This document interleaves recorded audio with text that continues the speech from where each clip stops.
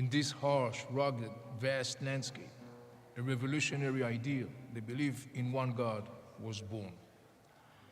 Judaism was the first monotheistic religion, followed by Christianity and then Islam. God commanded Abraham to leave his father's home and journey to a land he would show him, where he would forge a mighty nation and revolutionize history by introducing monotheism, the belief in one God. In Hebrew, Abraham means father of all nations. My name, Avi, is actually short for Abraham. I am named after my grandfather.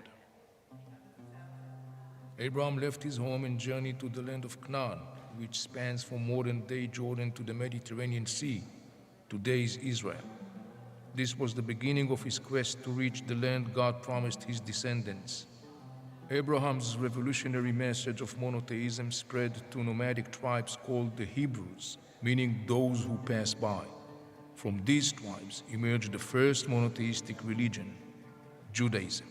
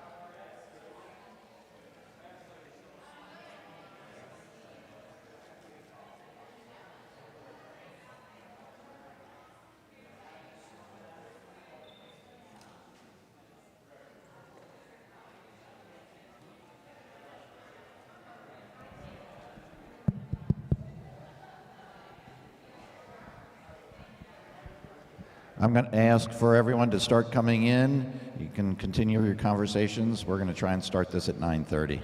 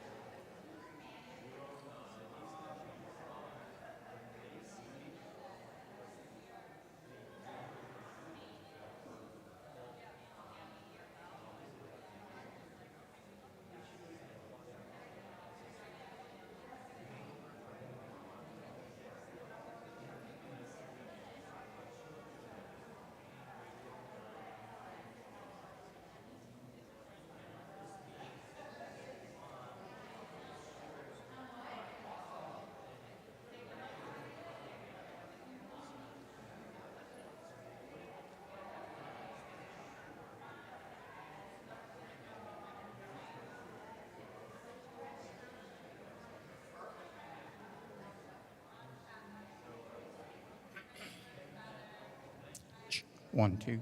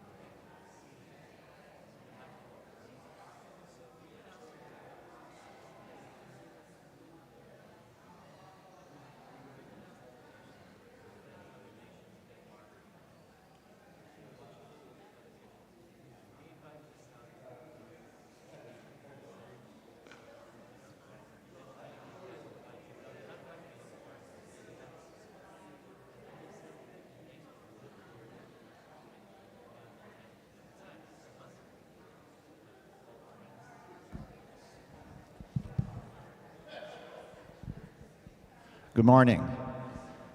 I'm Ron Schuster, and thank you all for coming today, this morning. I think it's going to be a really great day, great morning, great afternoon.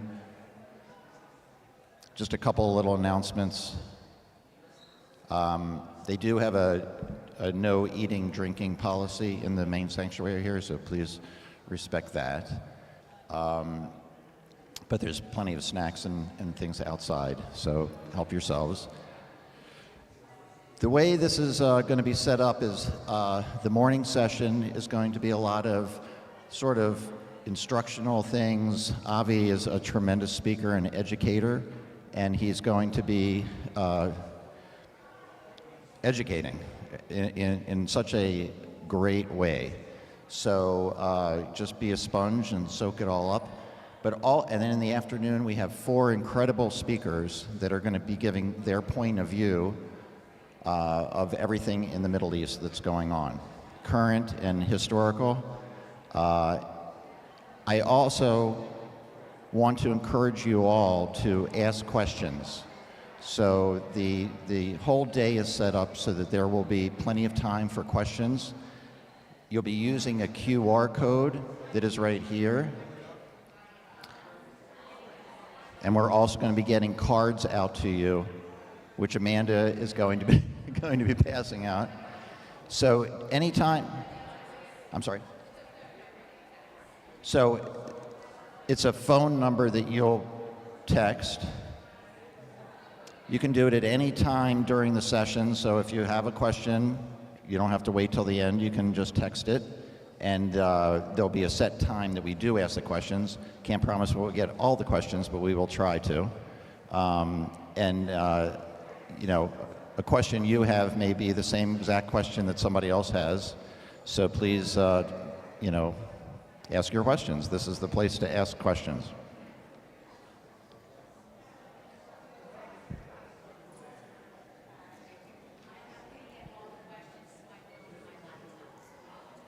I'll sit right next to you.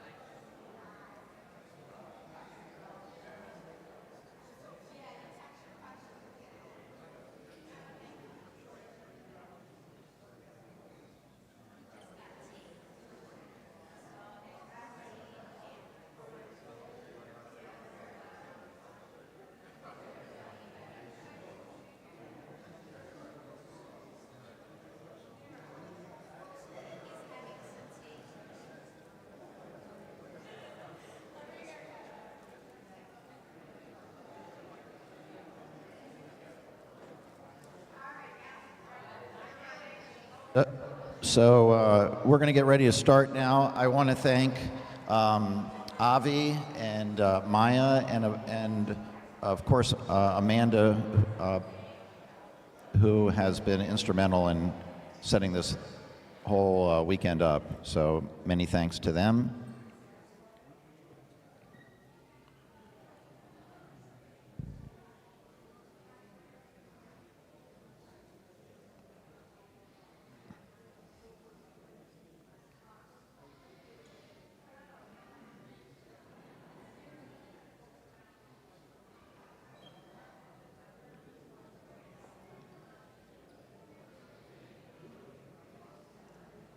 Morning.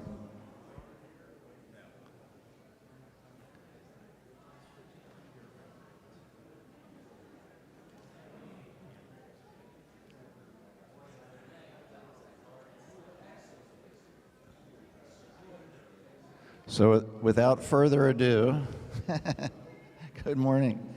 Oh, thanks for coming. Thanks for coming. I want to introduce to you our special guide through the Middle East, Avi Malamed, who is quite the personality and educator. And you can find a lot of information on Inside the Middle East, which is their central website. It has an enormous amount of information. It has a glossary of terms. If you don't understand something or a word or an idea, it's probably going to be in the website, in addition to a tremendous amount of information that they have created that will help us all understand what's going on in the Middle East. So without further ado, I'm going to turn everything over to Avi and enjoy the morning.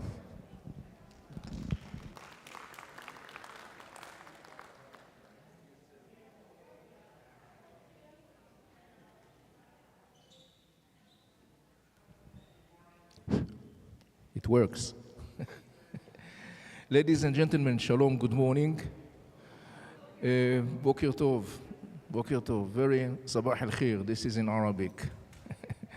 Very happy and honored to be with you today with our distinguished guests. Very much looking forward to this day together. It's going to be very educational, lots of information and perspectives, and I believe and hope that you will find it very meaningful. Let me just very shortly run through the day structure. During the morning until the lunch break or the noon break, we're going to have three different sessions. The opening one, very shortly, will be actually a movie of about 17 minutes long. Following that movie, we will have some 5 minutes Q&As. And again, please let me remind you the famous mantra. Question is a short sentence that ends with a question mark. Okay?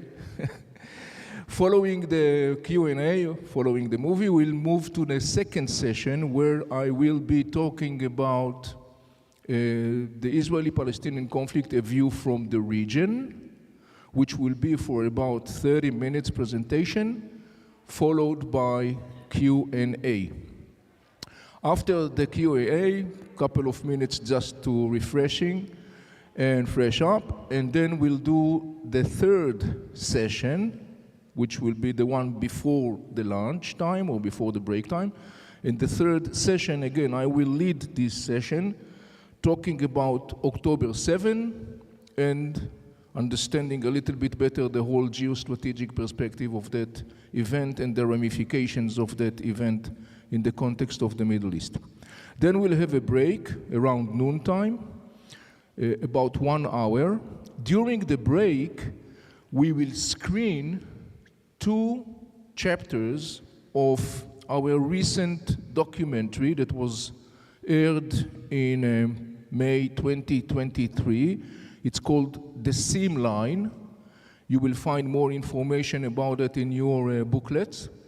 So during the break time, the lunch time, you could watch the 2 chapters or 2 episodes of The Seam Line.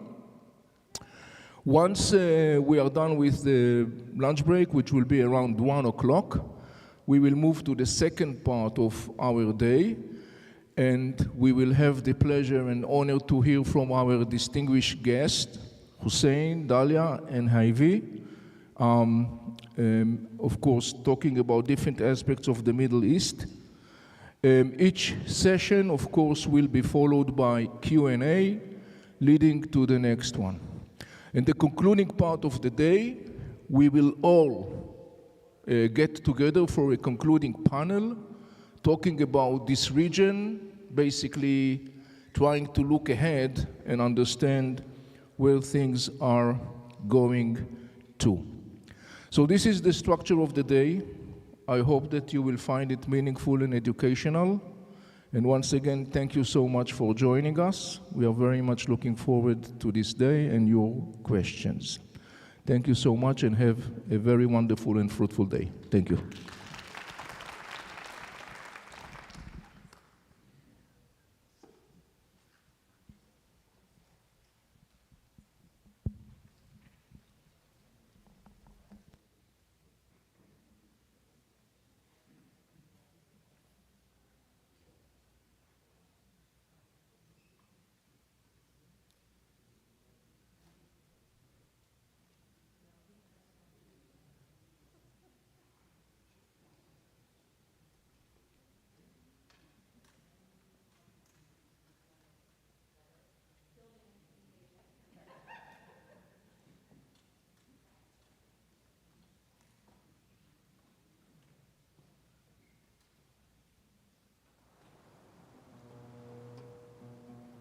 In this harsh, rugged, vast landscape, a revolutionary idea, the belief in one God, was born. Judaism was the first monotheistic religion, followed by Christianity and then Islam. God commanded Abraham to leave his father's home and journey to a land he would show him, where he would forge a mighty nation and revolutionize history by introducing monotheism, the belief in one God. In Hebrew, Abraham means father of all nations. My name, Avi, is actually short for Abraham. I am named after my grandfather. Abraham left his home and journeyed to the land of Canaan, which spans from modern-day Jordan to the Mediterranean Sea, today's Israel. This was the beginning of his quest to reach the land God promised his descendants. Abraham's revolutionary message of monotheism spread to nomadic tribes called the Hebrews, meaning those who pass by. From these tribes emerged the first monotheistic religion, Judaism. The Hebrews' adoption of monotheism led to the establishment of two independent Jewish kingdoms, the Kingdom of Judea and the Kingdom of Israel. These kingdoms existed over 3,000 years ago in the area now known as Israel and the West Bank, or Judea and Samaria. In 70 AD, the Roman Empire crushed the first Jewish revolt, an uprising against Roman rule driven by growing tensions over political, religious, and economic oppression. Following the Jewish rebellion, the Romans destroyed the Second Temple in Jerusalem and exiled much of the Jewish population. This marked the end of independent Jewish sovereignty in the region. The Romans then renamed Judea Palestina to erase the Jewish identity of the region. Originally used by the Greeks, Palestina is a name that comes from Philistia, which originally referred to the Philistines, an ancient tribe believed to have come from areas like Crete or present-day Cyprus, who settled on the southwestern coast of the Mediterranean. Judaism was the foundation of the world's second major monotheistic religion, Christianity. The third monotheistic religion, Islam, emerged in the Arabian Peninsula in the 7th century. Islam spread rapidly across the Middle East, North Africa, and Asia, largely through military conquests, forming a vast empire also known as the Caliphate. A caliphate is an Islamic administrative, political, and religious entity governed by Sharia law, led by a caliph, a term meaning the successor of the Prophet Muhammad, Allah's messenger. As the empire expanded, many of the conquered populations converted to Islam. For over 1,000 years, from the 7th century until the early 20th century, much of the Middle East was governed by the Caliphate. Arab dynasties ruled the Caliphate from 650 to 1250. The Turkish Ottoman Empire governed the Caliphate from 1517 until 1920. After the collapse of the Ottoman Empire following World War I, the Turkish state officially abolished the Caliphate in 1924. During the 600 years of Ottoman rule, Palestine was a neglected territory with small, poor Arab and Jewish communities. At the time, Palestine held no political significance. It was simply another region governed by the Ottoman Empire. My great-grandfather, Samuel Melamed, who lived in Jerusalem's Old City in the 1800s, considered himself a Palestinian Jew. The term Palestinian then referred to a geographical identity, not a political one. 19th century European nationalism also inspired Zionism. Zionism is the desire of the Jewish people to return to their ancient homeland between the Jordan River and the Mediterranean Sea and re-establish Jewish sovereignty there. In May 1916, During World War I, Great Britain and France, confident of their eventual victory, signed a secret agreement known as the Sykes-Picot Agreement. This deal divided control of territories that were then under Ottoman rule, including the region of Palestine. The 1917 Balfour Declaration and Great Britain's formal commitment to establishing a homeland for Jews in this piece of land known as Palestine/the Land of Israel fueled an intensifying Jewish-Arab conflict on the ground. In April 1920, the San Remo Conference brought together the victors of World War I to determine the future of the Middle East after the collapse of the Ottoman Empire. At this conference, they ratified the Sykes-Picot Agreement, dividing control of the region between Great Britain and France.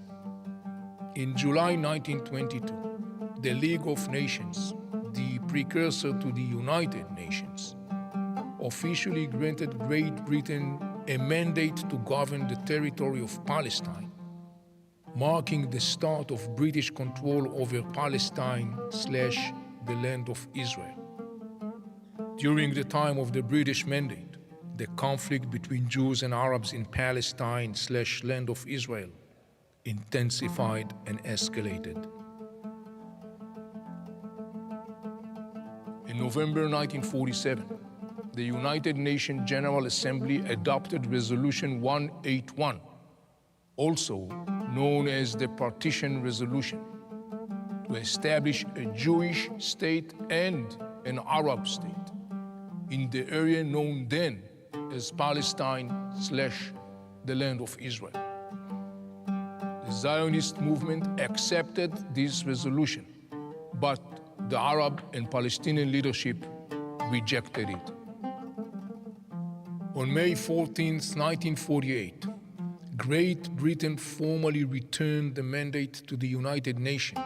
The very same day, in Tel Aviv, the Zionist leadership declared the creation of the State of Israel within the boundaries outlined in the Partition Resolution.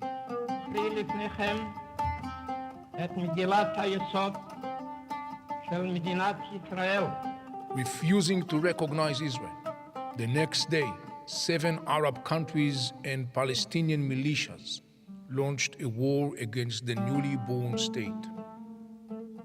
In Israeli Zionist terminology, the war is called the War of Independence. In Arab terminology, it is called the Nakba, a word that means being afflicted with a serious disease. During the war, Jordan took control of the West Bank of the Jordan River and later annexed it, making it part of Jordan. The ceasefire line between the West Bank and the State of Israel was called the Green Line. During the war, Egypt occupied the Gaza Strip but did not annex Gaza to Egypt. Between December 1947 and the end of 1949, an estimated 600,000 to 700,000 Arabs fled the areas affected by the fighting. These people would later become known as Palestinian refugees. Following the war, in December 1948, the United Nations General Assembly issued Resolution 194. 6 Arab states voted against the resolution. As the conflict escalated, attacks on Jewish communities in Arab countries intensified, beginning even before the creation of Israel and worsening afterwards. It is estimated that around 850,000 Jews fled from Arab countries seeking refuge in Israel. From 1948 to 1973, the Arab world took the lead in the conflict with Israel. During this time, Arab states launched 3 major wars against Israel. The 1948 and 1967 wars had a clear objective: eliminate Israel. The 1967 war is also known as the Six-Day War. Following the 1967 war, the world woke up to a new reality. כאן קודקוד 89, האם מוטה מדבר? עבור. Israel captured several key territories: the Gaza Strip and the Sinai Peninsula, which were controlled by Egypt, the West Bank and East Jerusalem, which were under Jordanian control, and the Golan Heights, which was held by Syria. As a result of these military victories, Israel took control of these areas, though it did not formally annex most of them. However, Israel extended its jurisdiction to East Jerusalem shortly after the war, and in 1981 to the Golan Heights. In the years that followed, Israeli governments established communities known as settlements in some of the territories captured during the war. After the 1967 war, the two parts of Jerusalem were now both under Israeli sovereignty, and this included the old city of Jerusalem. For Jews in Israel and around the world, this was a euphoric culmination of a 2,000 years old dream. In the Arab terminology, the 1967 war is called Naksa, meaning a repeating severe illness. Following the 1967 war, the United Nations Security Council issued Resolution 242.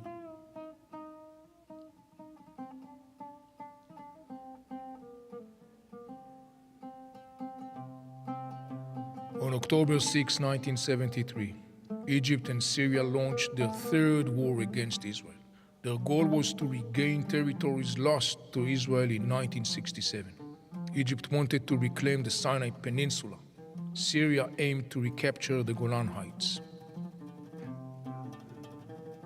In Israeli terminology, this war, launched on Yom Kippur, the holiest day of the year, is called the Yom Kippur War or the 1973 war. In Arab terminology, the war is referred to as the October War, Harb October, or the Ramadan War, Harb Ramadan. Realizing they could not eliminate Israel, Egypt and Jordan shifted to diplomacy. Egypt made peace with Israel in 1979.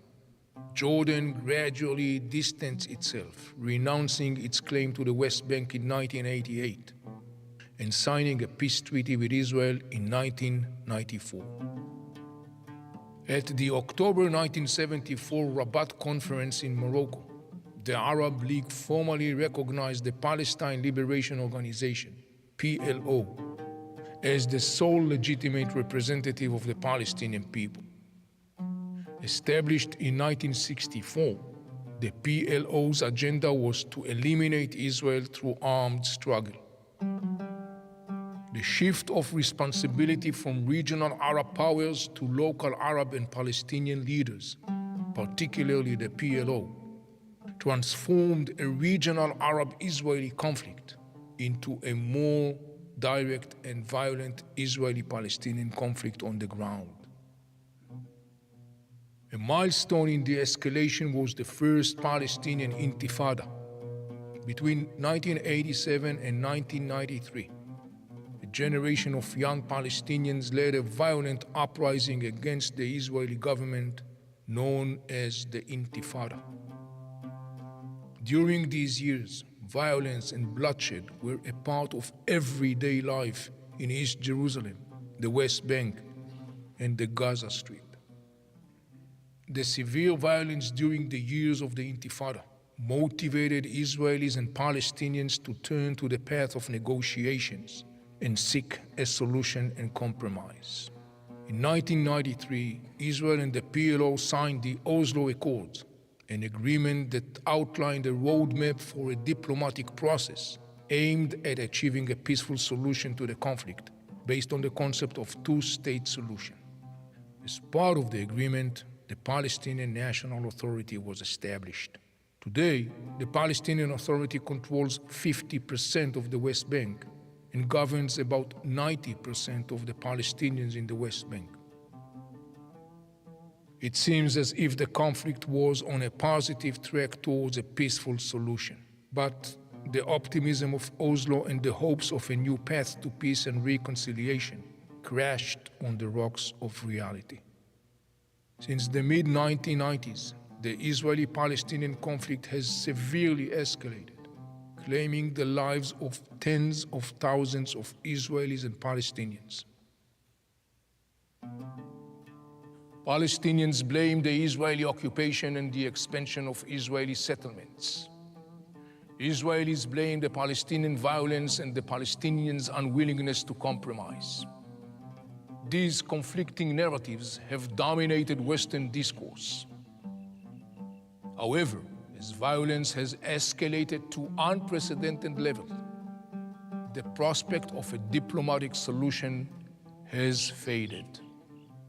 Both Israelis and Palestinians are not in a place where they can move toward peace, despite the West's persistent push for a two-state solution.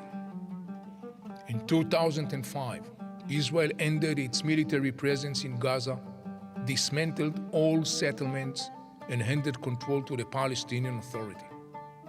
In the summer of 2007, Hamas, a Palestinian Islamist militant and political organization, seized control of Gaza and violently ousted the Palestinian Authority. From that moment until today, Gaza became a launching pad for increasingly frequent attacks on Israel. The escalation of the Israeli-Palestinian conflict has been largely fueled by the strategic alliance between two radical factors, the Islamic Republic of Iran and Hamas.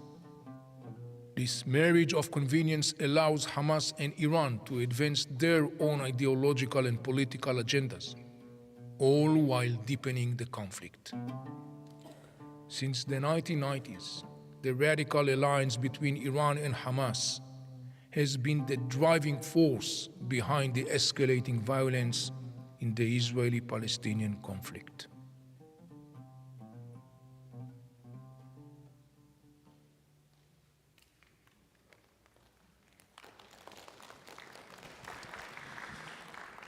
So, ladies and gentlemen, time for questions. We are very welcome.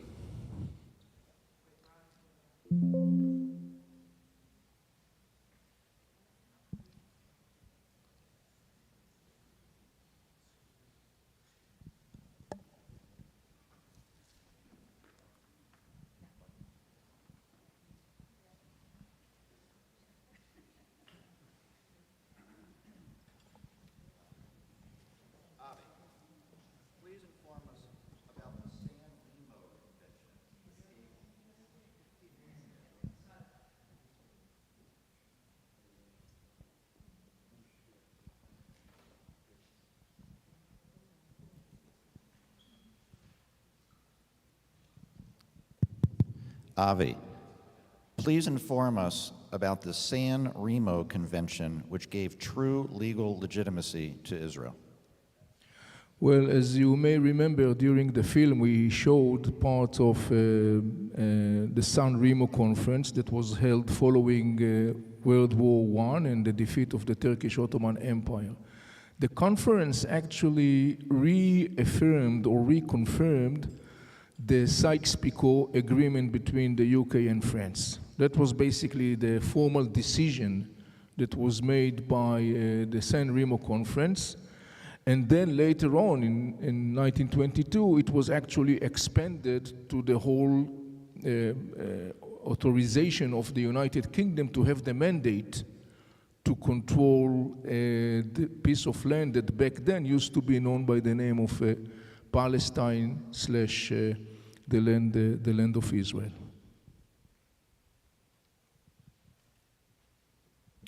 Yesterday, there was much discussion about the growing number of people in the Middle East who favor Israel ridding the area of Hamas Hezbollah. But does that translate into wanting a Jewish state in Israel?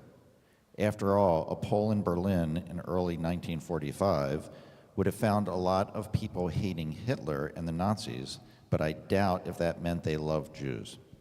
Has there ever been a poll asking people of the area if they are ready to accept a sovereign state in Israel?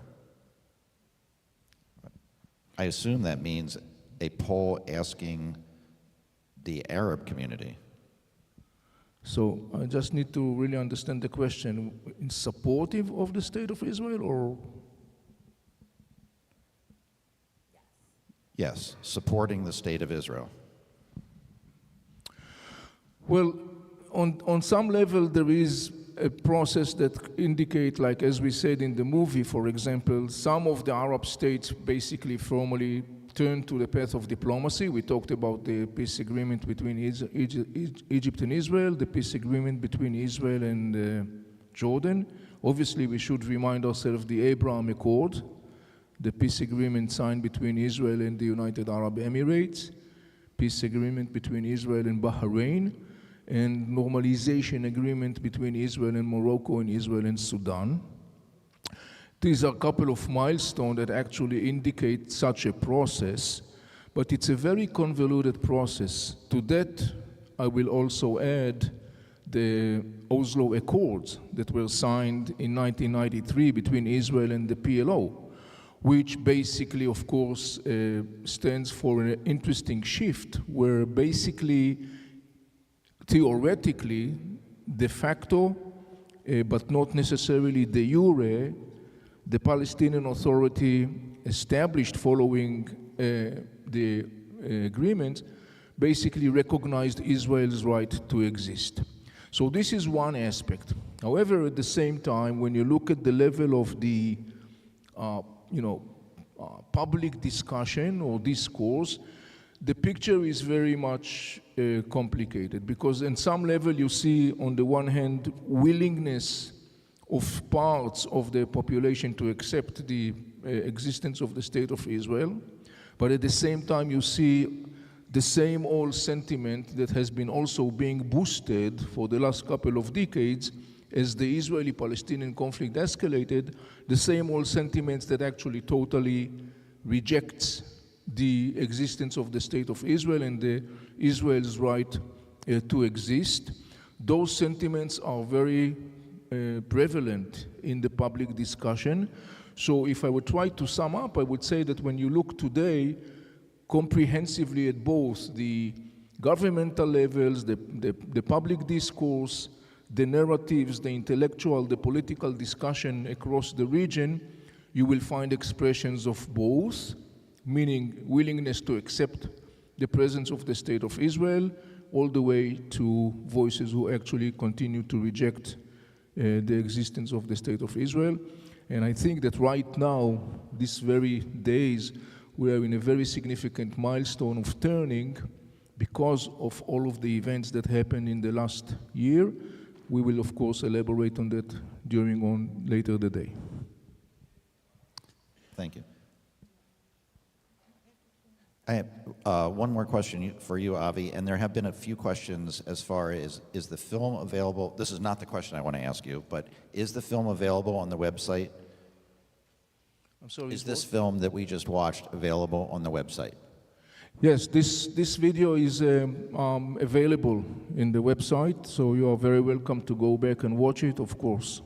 And final question. Can I clarify that answer? Yes. Hi. The film will be available on the portal after today. So it's on your booklet, the same QR code for everything. It'll be available later today. It's not available yet. We wanted to show it to you first, but it'll be available this evening at the latest. Final question. And that website is unbelievable. For the amount of information that is on this website is tremendous. I strongly recommend. I think that this whole conference is going to raise questions that you're going to want more information. I strongly encourage you to go to the website. Anyway, final question for Avi. Please talk about the Arab Spring and how it affected the Israeli-Palestinian conflict. Well, the whole issue of the Arab Spring, this is the set of upheaval that actually swept the Arab world starting in the end of 2010, and actually to a large extent continues. Basically, obviously, the background for that was this accumulative challenges economically and socially and politically in the Arab world. So it was an inner Arab issue, basically expressing discontent and anger and frustration of millions of people across the region. So to a large extent, in the context of Israel and the Arab Spring, Israel almost did not present in the inner discussion of the people in the region in the context of the Arab Spring. However, it has an interesting aspect in the sense that you could find in the inner discussion in the Arab world, at the midst of the events of the Arab Spring, that some of the people said, look, our role model for something that is good is the state of Israel. This is where we want to be when we are talking about the need for reforms.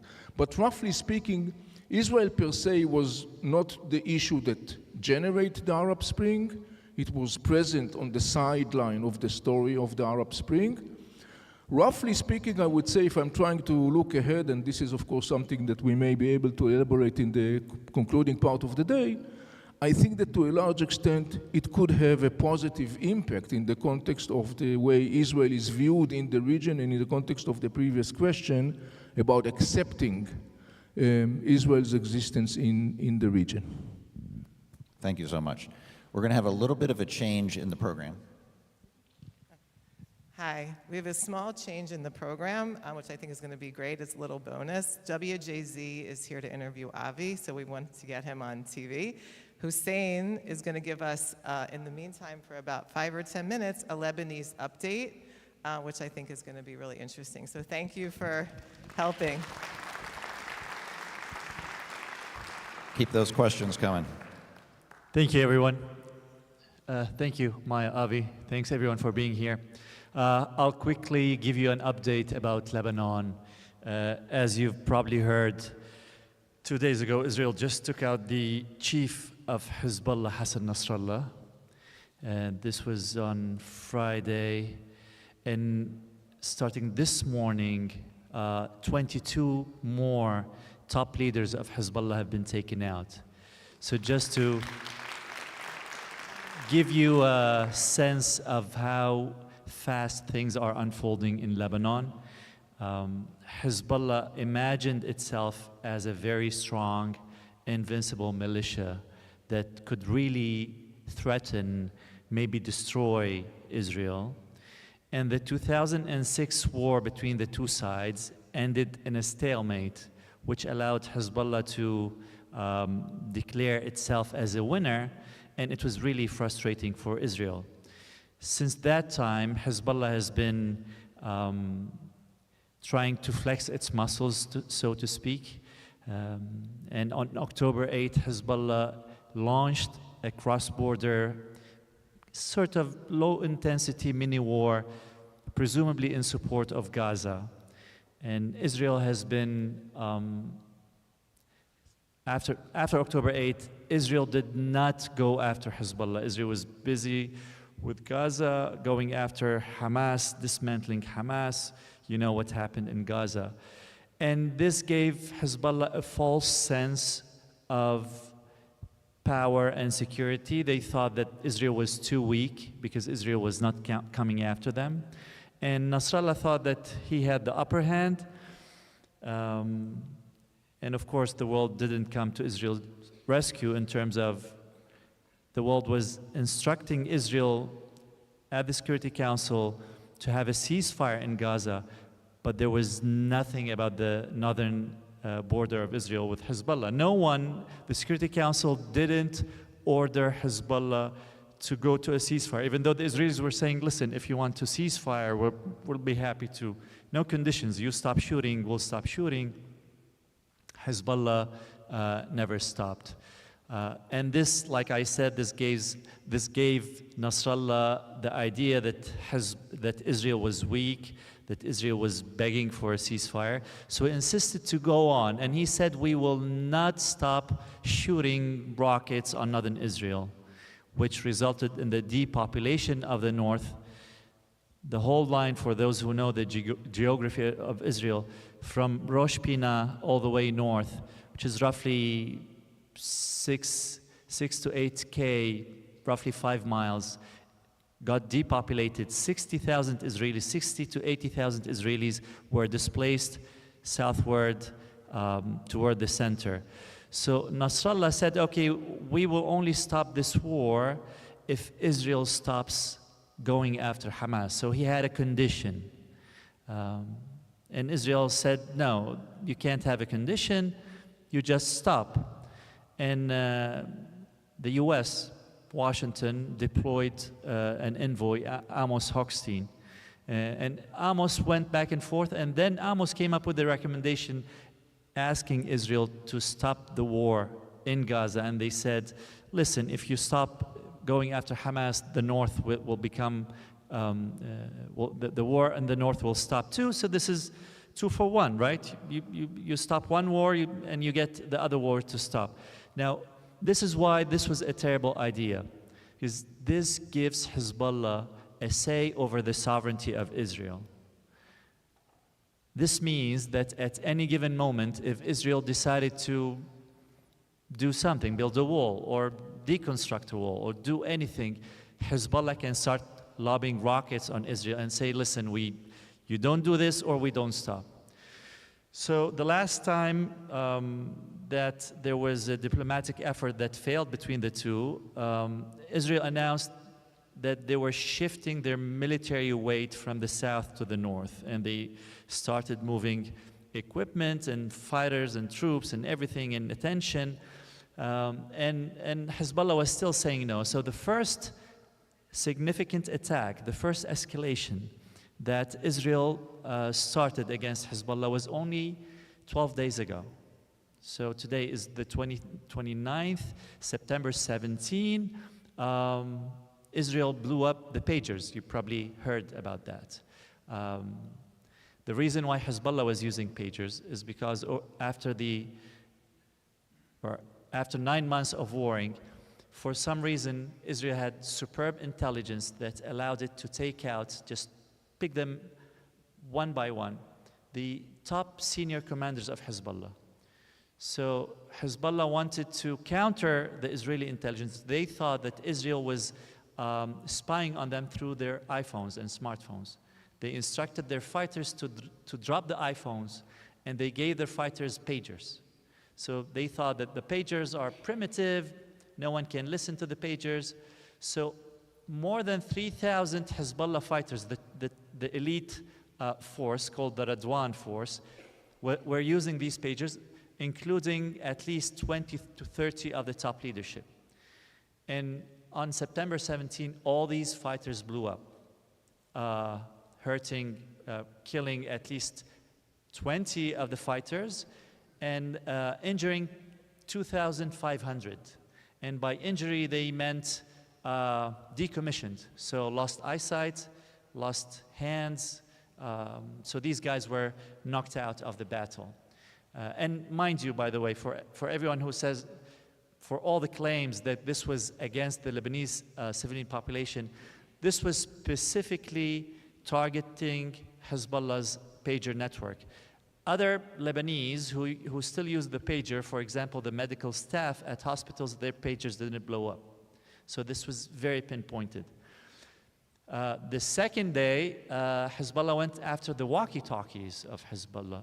So, the fighters of Hezbollah who were using walkie-talkies also blew up. The third day, Nasrallah, of course, suffering a heavy blow, came on TV, delivered his speech. This was last Thursday. This was his last speech. Of course, as you can tell, I listened to all his speeches. Big fan. So in that speech, Nasrallah said, "Dream all you want. We will not untie our war from Gaza. We will fight you. We will destroy you." A few days after that, you know what happened to Nasrallah.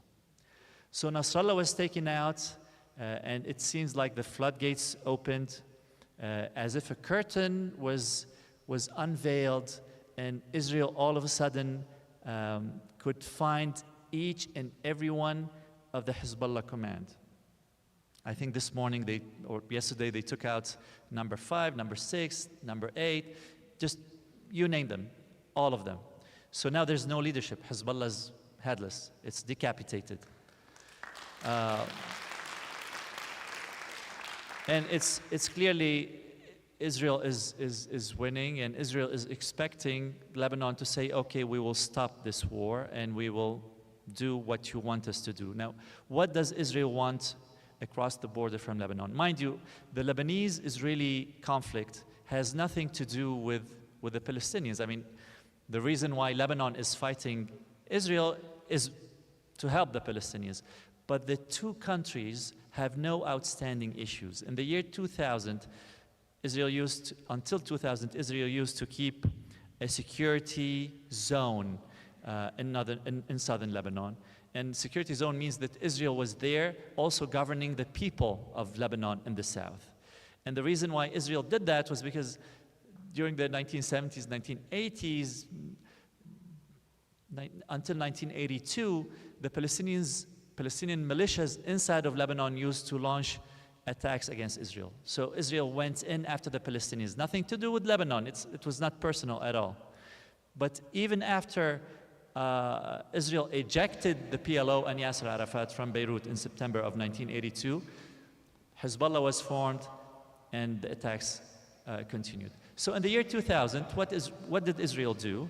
Israel said, listen, we have no issue with you. There was the resolution, UN Security Council Resolution 425. It instructed Israel to withdraw from southern Lebanon.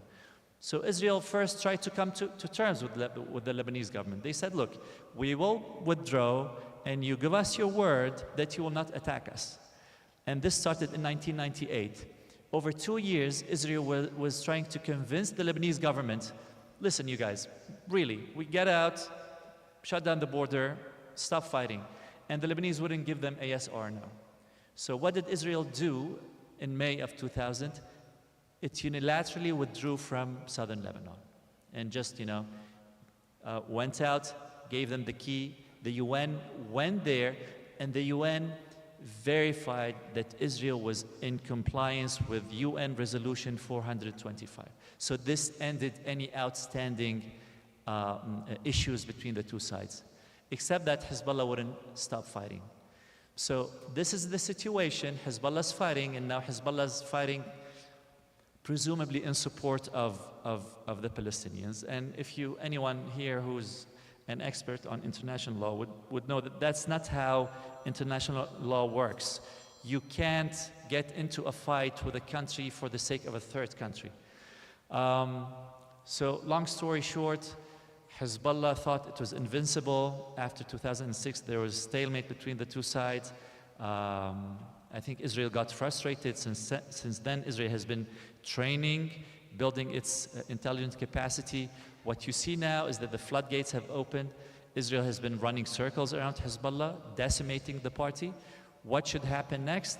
What should happen next is that the Lebanese government should step up and they should say, okay, it's on us. There will be no attacks. Particularly what you will hear in the coming few days, if Israel ends up invading or going in. If you've been to the border is just a barbed wire or maybe a fence, so it's really close.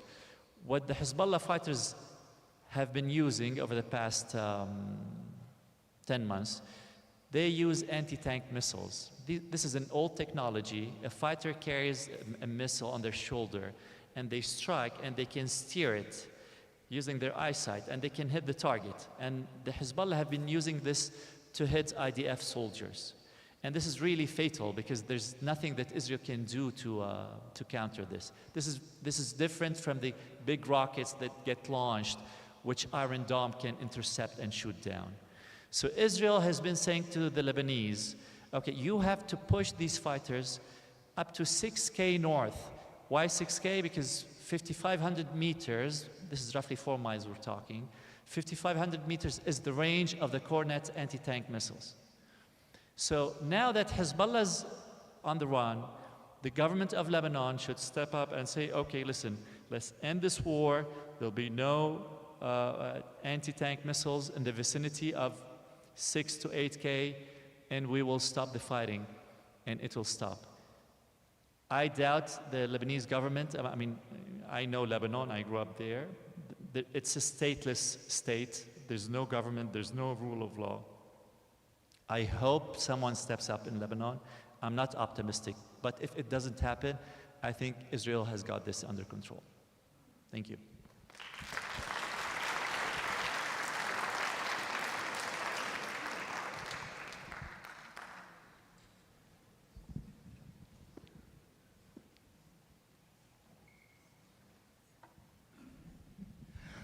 Thank you for your patience and understanding the needs. We are going to move to the second session, talking about the Israeli-Palestinian conflict, a view from the region. In this presentation, the next 30 minutes, I will kind of like try to challenge a narrative.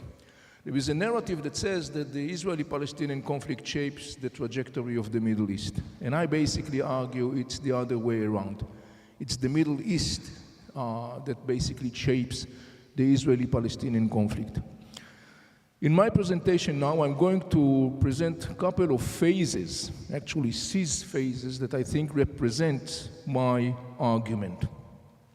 I'm going to start with the late 19th century, the beginning of the 20th century. You saw the movie before, we talked about the Zionist movement. So during that period of time, roughly speaking, between 1880 to 1920, what we see on the ground is mostly a domestic conflicts between the first Zionist communities.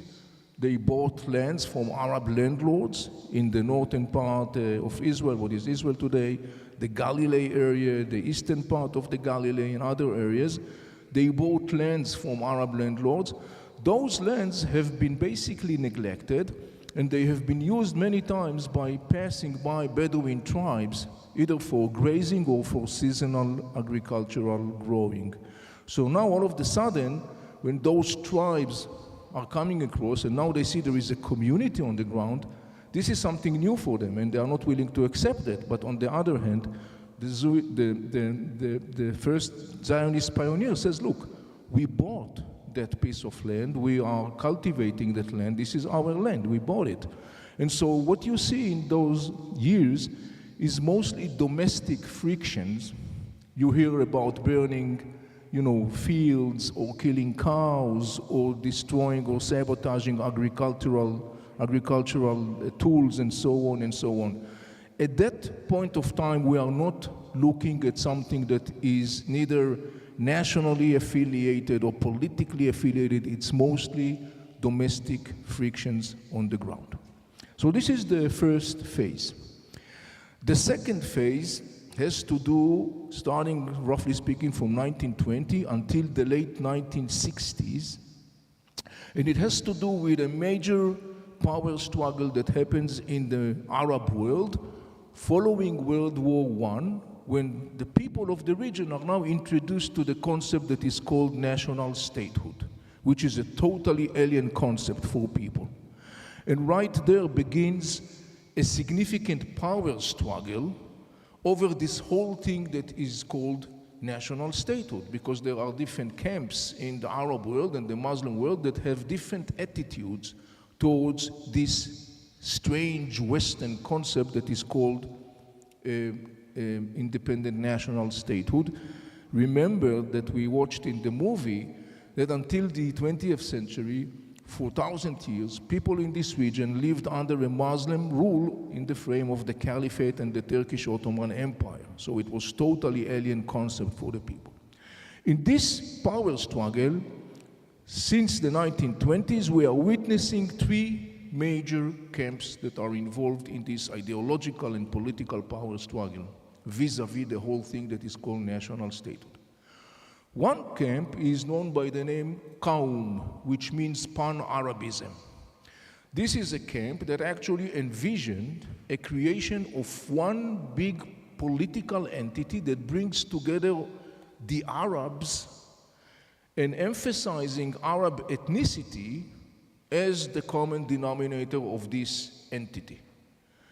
In other words, it was not necessarily based upon the religious identity of the people, reminding you most of them are Muslims, but there were also Christians and Jews, but rather emphasizing Arab ethnicity as the major common denominator.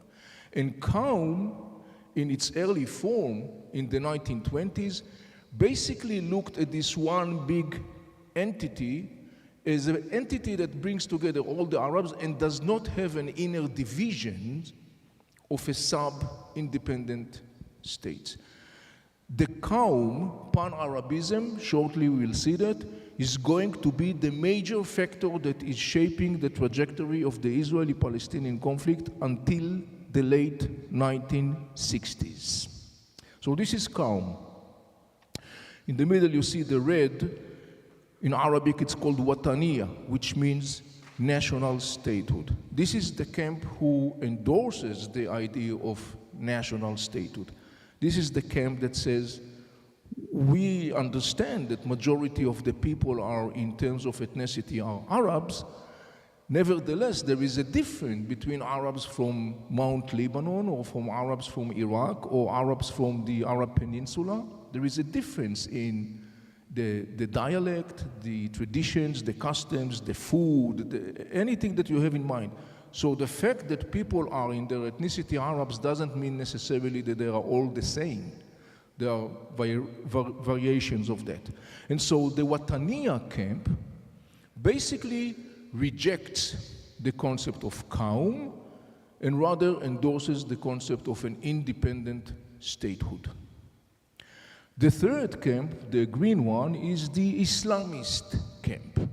The Islamist camp totally rejects the concept of national statehood and also rejects the concept of pan-Arabism, because the Islamic camp emphasizes Islam as the common denominator and as a foundation upon which this political entity should be built. And what is this political entity? This political entity is something that we already came across when we saw the movie. It's called caliphate. So, following the downfall of the Turkish Ottoman Empire, and when the caliphate and when the Turkish Ottoman Empire was formally abolished, the Islamist camp basically envisioned the re-establishing of the concept of the caliphate on the ground as a large entity that brings together all people and is based upon mostly the Islamic religious codex, rather known as Sharia law. So these are the three major camps that are involved since the 1920s in this power struggle in the region vis-a-vis the whole thing that is called independent national statehood. One major representative of the Islamic camp is what's going to become the biggest mass movement in the Muslim Sunni world. Shortly we will understand a little bit more about that. And this is the Muslim Brotherhood. The Muslim Brotherhood was established in Egypt in 1928, and it is the clear representative of the concept of the caliphate, the one that rejects both independent statehood as well as Qawm pan-Arabism. However, between 1920 onwards until the late 1960s, the major camp that dominates the trajectory of the Israeli-Palestinian conflict is the camp of the Qawm, the pan-Arabism, and mostly to a large extent because of the charismatic leadership of the Egyptian president back then, Gamal Abdel Nasser. The interesting thing about the story of the Qawm in the context of the Israeli-Palestinian conflict is that during that period of time, Arab states under the leadership, proactive leadership of Gamal Abdel Nasser, under the banner of Qawm, Arab states basically became the custodian of the Israeli-Arab conflict. They didn't talk about it in the terms of Israeli-Palestinian, but they say this is an Israeli-Arab conflict. Our task, says the camp of the Qawm during those years, our task as Arabs is to liberate the land of Palestine and to end the presence of the state of Israel. It was before 1948, of course, when Israel was established, and following after 1948. But the interesting thing about that is that they were charging under the banner that says, we are in a task of eliminating presence of Western imperialism. In other words, during that period of time, when Arab states and under the leadership of the Qawm camp took responsibility over the conflict, they came from an interesting perspective because they viewed themselves as representative of an interesting ideological, political model that combined pan-Arabism and socialism, meaning secular outlook, and they view themselves as the one who are leading the charge, first and foremost, against Western imperialism. And for them, Israel is viewed as an extension of this Western imperialism, and therefore it has to be eradicated. It's an interesting banner that characterizes that period of time, because shortly we are going to see that there is going to be another banner, very much different from this one.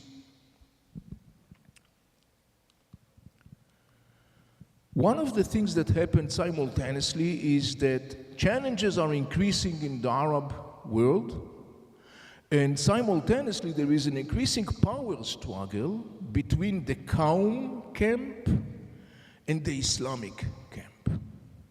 So the camp of Wataniya, the independent national state, is struggling enormously, internally, politically and culturally and so on and so on.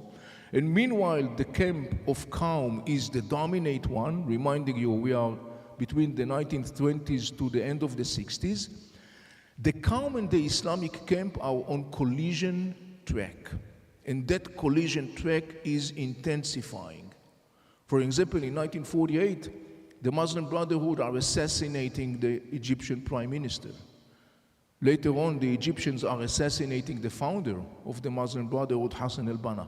So there is an escalating power struggle between the Qawm and the Islamic camp. Challenges are deepening, meanwhile, in the independent Arab states. There is a strong instability, sort of speaking, and that gives a momentum or a backwind for the rise of further radicalization of the Islamic camp. In that term, I just want to very shortly refer to two terms that you may be familiar with, Sunnis and Shiite. We'll talk about it later on also during the day. Majority of the Muslims in the world are Sunnis, about 84%. Minority are Shiites, about 14%. They are both Muslims, but there is a non-compromising animosity between the two camps. It goes all the way back to the 7th century, when there has been a power struggle within Islam regarding the question who is entitled to lead the caliphate. That power struggle resulted split, Sunnis and Shiites. Sunnis, who are majority, basically argue that leadership of the caliphate should be done by a person elected to this position based upon his skills and capacities. Shiites argue that leading of the caliphate and the Muslim world should be done only by a male descendant of the 4th Arab caliph, king, Ali bin Abi Talib, who was the son-in-law and cousin of Prophet Muhammad. And since the 7th century, the power struggle between the two camps has become non-bridgeable. The theological, political narratives, cultural perspectives are non-bridgeable, and there is an ongoing animosity between these two camps that is lasting to these very days right now, 1400 years. So this was kind of like general framing about Sunnis and Shiites. And now going back, talking about the Islamic camp, what we see starting at the 60s, and it's going to intensify, is that the Islamic camp is starting to gain momentum. It's starting to gain momentum because challenges in the Arab and the Muslim world are deepening. It is gaining momentum because it is in collision track with the governments across the region. It is gaining momentum also because of the fact that the state of Israel still exists. But interesting enough, during the 60s and the 70s, when the Muslim Brotherhood and other militant Islamic groups are gaining momentum, it's interesting to mention that for them at this point, this was the point where they kind of like the early phases, the issue of Israel was relatively secondary.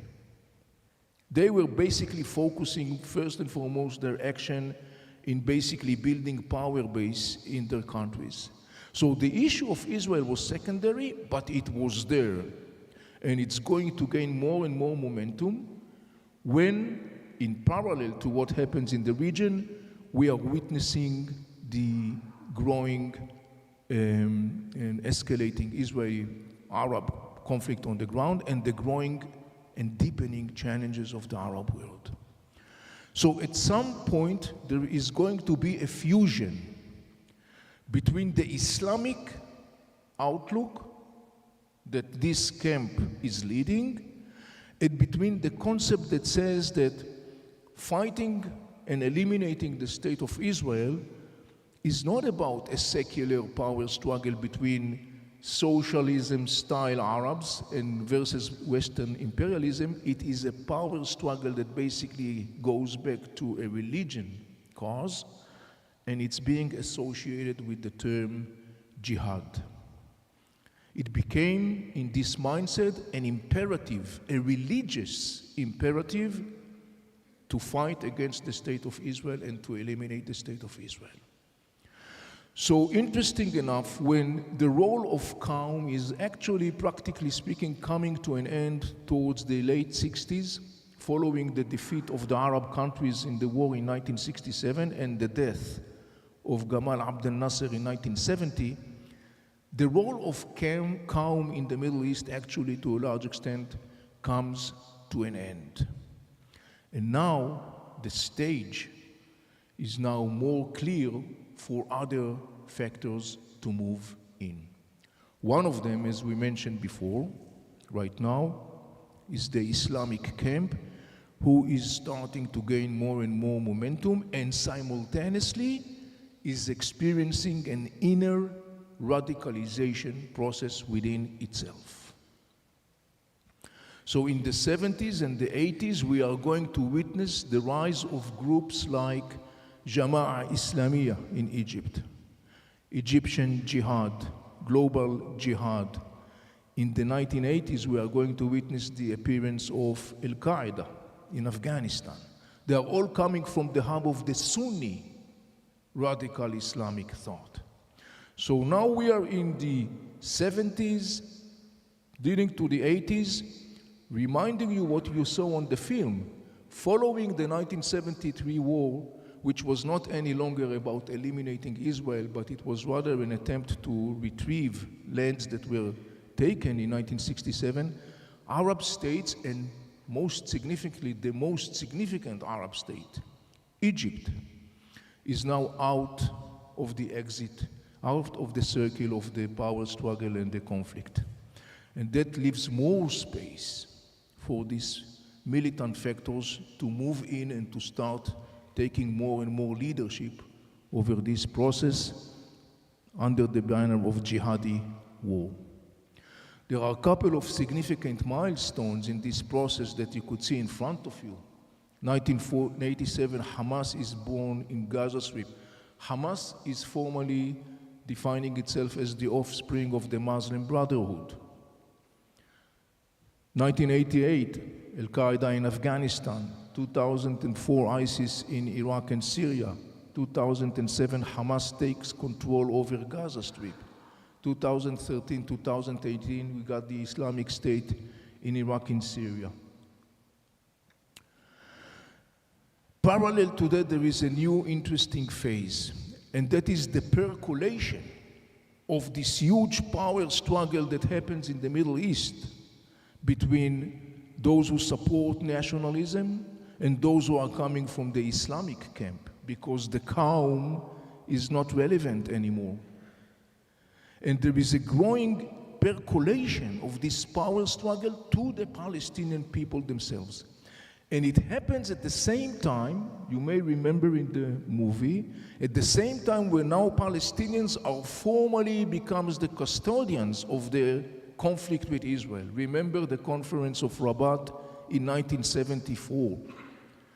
So when the Arab world is kind of like more and more shy away from this story, and it's kind of like becoming more and more on the ground, the Israeli-Palestinian one, particularly since the beginning of the 80s, what we see is that the big power struggle between Islamic camp that totally rejects independent national statehood and the national statehood camp, this power struggle is percolating into the Palestinian inner political and social fabric.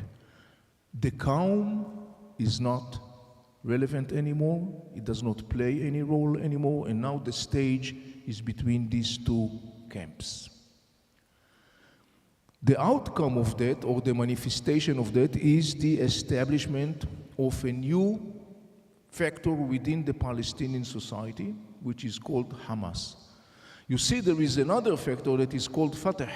Fatah was born way before Hamas.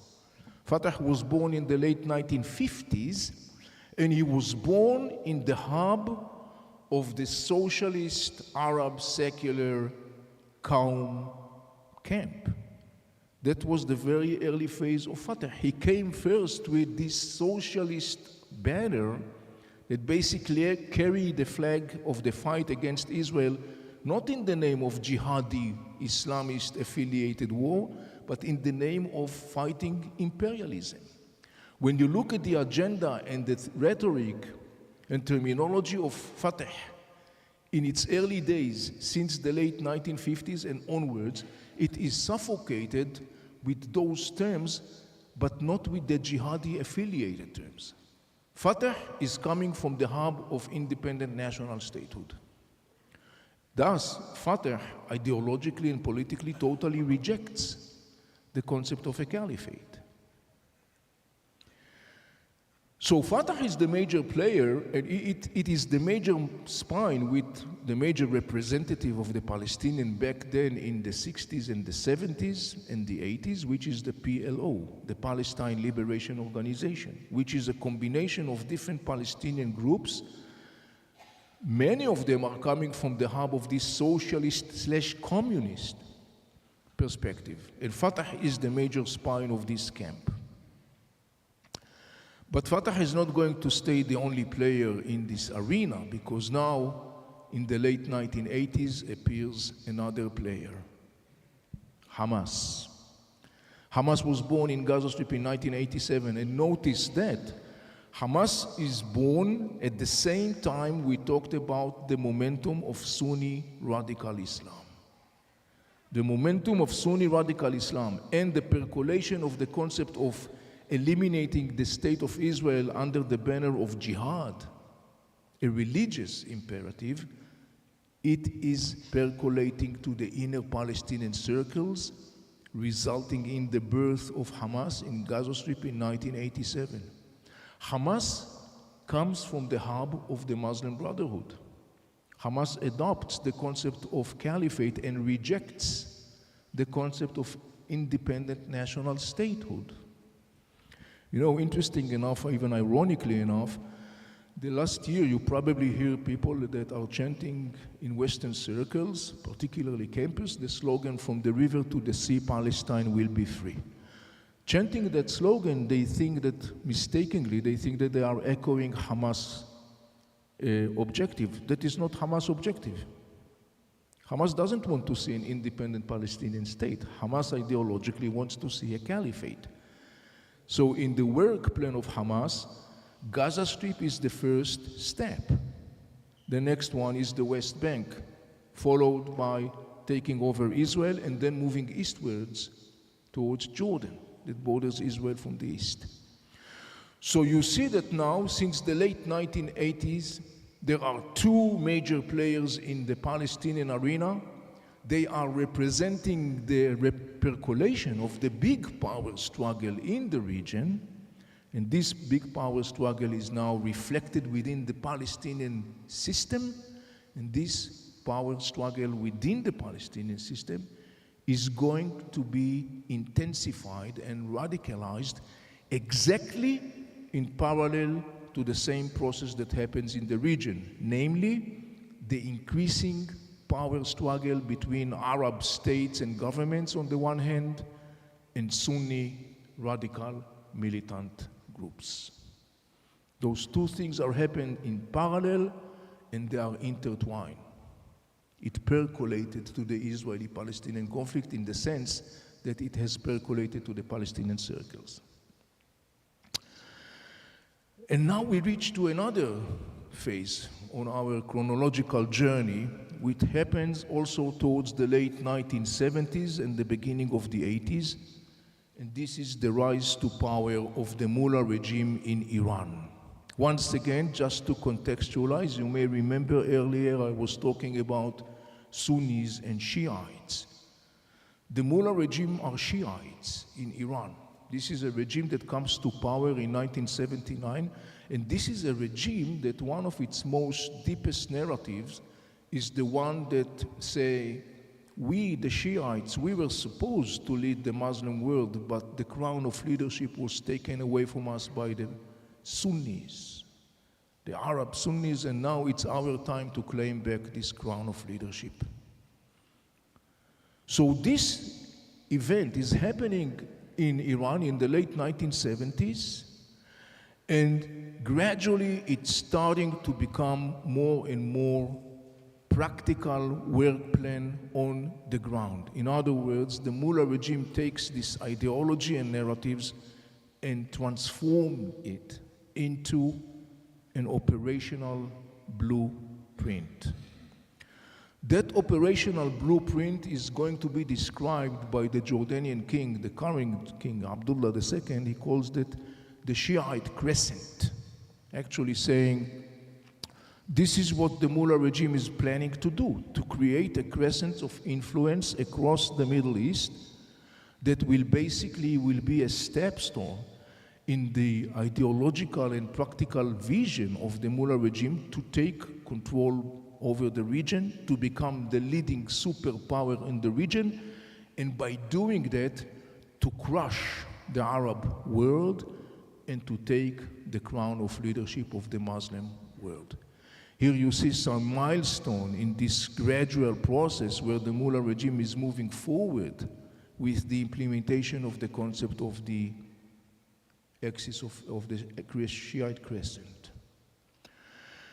And that is going to lead us to the current time, which is actually phase 6. In phase 6, the axis of resistance, a confluence of radicalism that basically is the major powerhouse that shaped the trajectory of the Israeli-Palestinian conflict in the last, I would say roughly speaking, 40 years, 4 decades.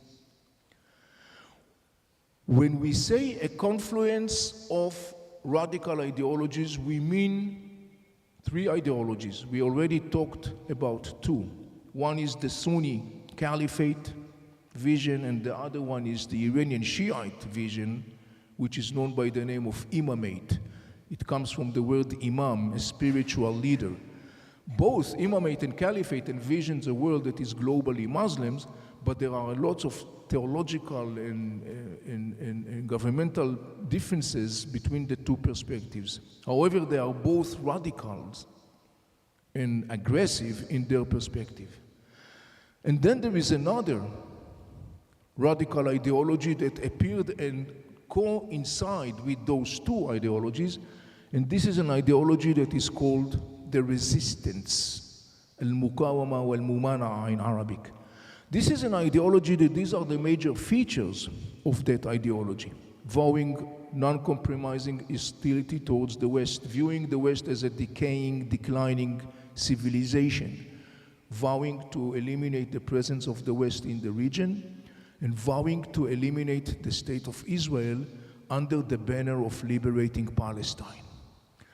Those 3 ideologies, the Sunni Caliphate vision, the Shiite Imamate vision, and the slogan of the resistance coincide together to result in a creation of an operational apparatus that is known by the name of the axis of resistance.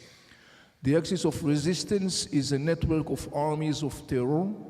Hussein earlier was talking about Hezbollah, which is a cornerstone of this axis. But you got other armies of terror in this axis. You got Shiite in Iraq. You got Houthis in Yemen that are Shiites. You got Islamic Jihad and Hamas, which notice that Islamic Jihad and Hamas are not Shiites. They are Sunnis. The Palestinians are Sunnis. That's what I mean when I'm saying the confluence of this radical ideology. The banner of eliminating Israel in the name of resistance, resulting in this axis of resistance, basically brought together a marriage of convenience between the Iranian-backed Shiite militias and the Sunni caliphate-oriented factors like Hamas and Islamic Jihad, because the glue, the common denominator, is they are vowing to eliminate the state of Israel, and they express non-compromising animosity towards the West and its values. So on and on, to conclude my presentation, when we screen back the phases of the way the Middle East was impacting the trajectory of the conflict, phase 1, phase 2, all the way to phase 6, we see how, interesting enough, huge developments in the region, major deep stream currents in the region, historical components that basically continue to be a player in modern times, imported ideologies like the concept of socialism and the calm. How all of this together resulted in a situation where you could see very clearly how each and every chapter was actually dialoguing with the story of the Israeli-Palestinian conflict.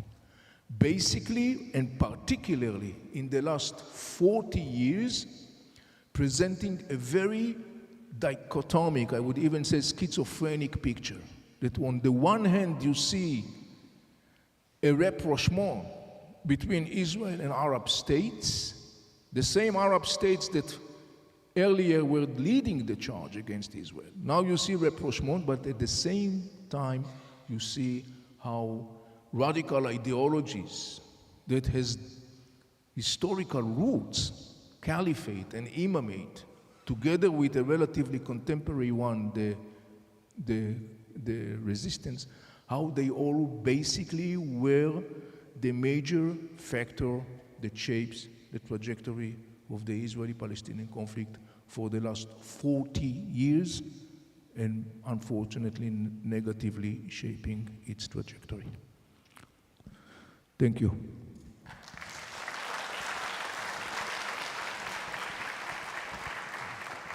Wow. No big deal there. Fortunately, a lot of this information is not only in his book, but on the website. So again, if you need a little refresher, you have a place to go. There are a lot of questions. There are a lot of questions about Lebanon and Hezbollah, which we will get to later. Okay, so I understand, but we'll get to them later. I want to try and get back on track with time. There is one question that seems to be more pertinent to what Avi just spoke about. From a faith perspective, Muslims are supposed to respect people of other books, Jews and Christians. How is this reconciled by promoters with political aspiration to eliminate Israel? Well, indeed, Islam recognizes Jews and Christianity both as monotheistic religions, and actually they are known in the Islamic terminology as Ahl al-Kitab, which means the people of the book, referring, of course, to the Bible and to the new Bible. We talk about Jews and Christians. And indeed, within the discussion in Islamic circle, vis-a-vis the whole issue of the story of the state of Israel, you could see some debate between scholars. But the interesting thing about it is that in the end of the day, generally speaking, obviously there are nuances, but generally speaking, you will find that there is much more voices of Islamic theologians that still, in spite of the fact that Islam does recognize Judaism and Christianity as a monotheistic religion, you will find that the more dominant discussion within the theological Sunni and Shiite perspective, the dominant voice is the radical one, the one that actually calls for the eradication of the state of Israel. Let me say something about it from a theological perspective so we can understand. From the Sunni perspective, the theologians basically says, look, Judaism was once a valid monotheistic religion. Indeed, they say, Allah gave the world Judaism to conduct Allah's will. But they say the Jews have betrayed their divine mission. And Allah punished the Jews by dispersing the Jews across the world and by cursing them and saying, you will never ever be a nation and you will never ever have your own homeland. So from that perspective, those theologians that are dominating the Sunni discussion, they are basically saying the existence of an independent Jewish state, the state of Israel, is a defiance of Allah's will. Because if it exists, it means that it is sabotaging the divine master plan for mankind. We cannot fulfill Allah's will unless we will eradicate the state of Israel. Because if there is a state of Israel, it means that there is a Jewish nation. But we don't accept the concept of Jewish nation. Hence the theological justification for that. In Shiite theology, even the attitude is even much harsher in the sense that basically Shiites view Jews as impure. So it's even go beyond that level of nation or community, but goes to individual level of viewing Jews as impure as for themselves. Excellent, thank you. Well, you get to take a 5-second break, and then we are going to move straight into October 7. All right, 1, 2, 2, 2, 2, 2. You know, Spinoza said time is only a thought.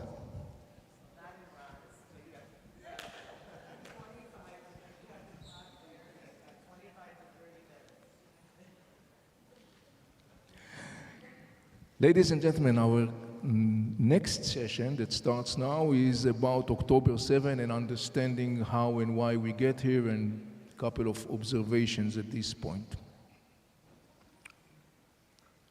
Let me start with some short introduction talking about Gaza Strip. Generally, what we see is the map of Israel. It's a kind of like three-dimensional map. The bright areas presents areas that are not Israel.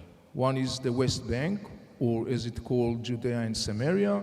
The other one is Gaza Strip that you could see on the lower left-hand side of the map, located between Egypt and Israel. Gaza Strip is a small area. It's a narrow strip. It's about 8 by 20 miles, populated by some 2 million Palestinians. By the way, you may hear different numbers regarding the population.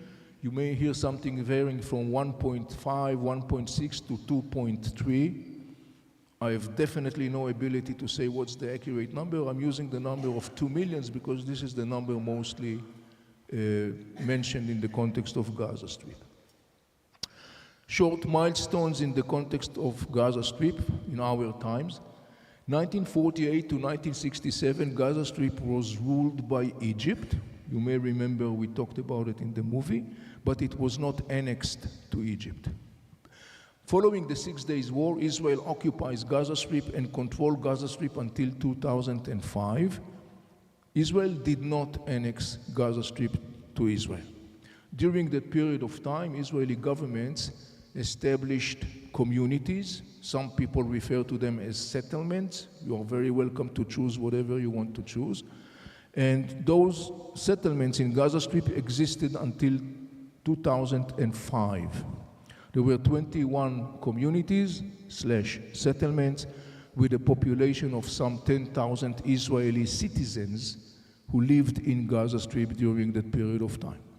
In 2005, Israeli government passed a law that is called disengagement, and based upon this law, Israel evacuated all the settlements from Gaza Strip, all the settlers that lived in Gaza Strip, all the Israeli military forces that used to be present in Gaza Strip to secure the settlements, and Israel handed control over Gaza Strip to the hands of the Palestinian National Authority that was established, as you may recall, in 1994 following the Israeli PLO Oslo Accords.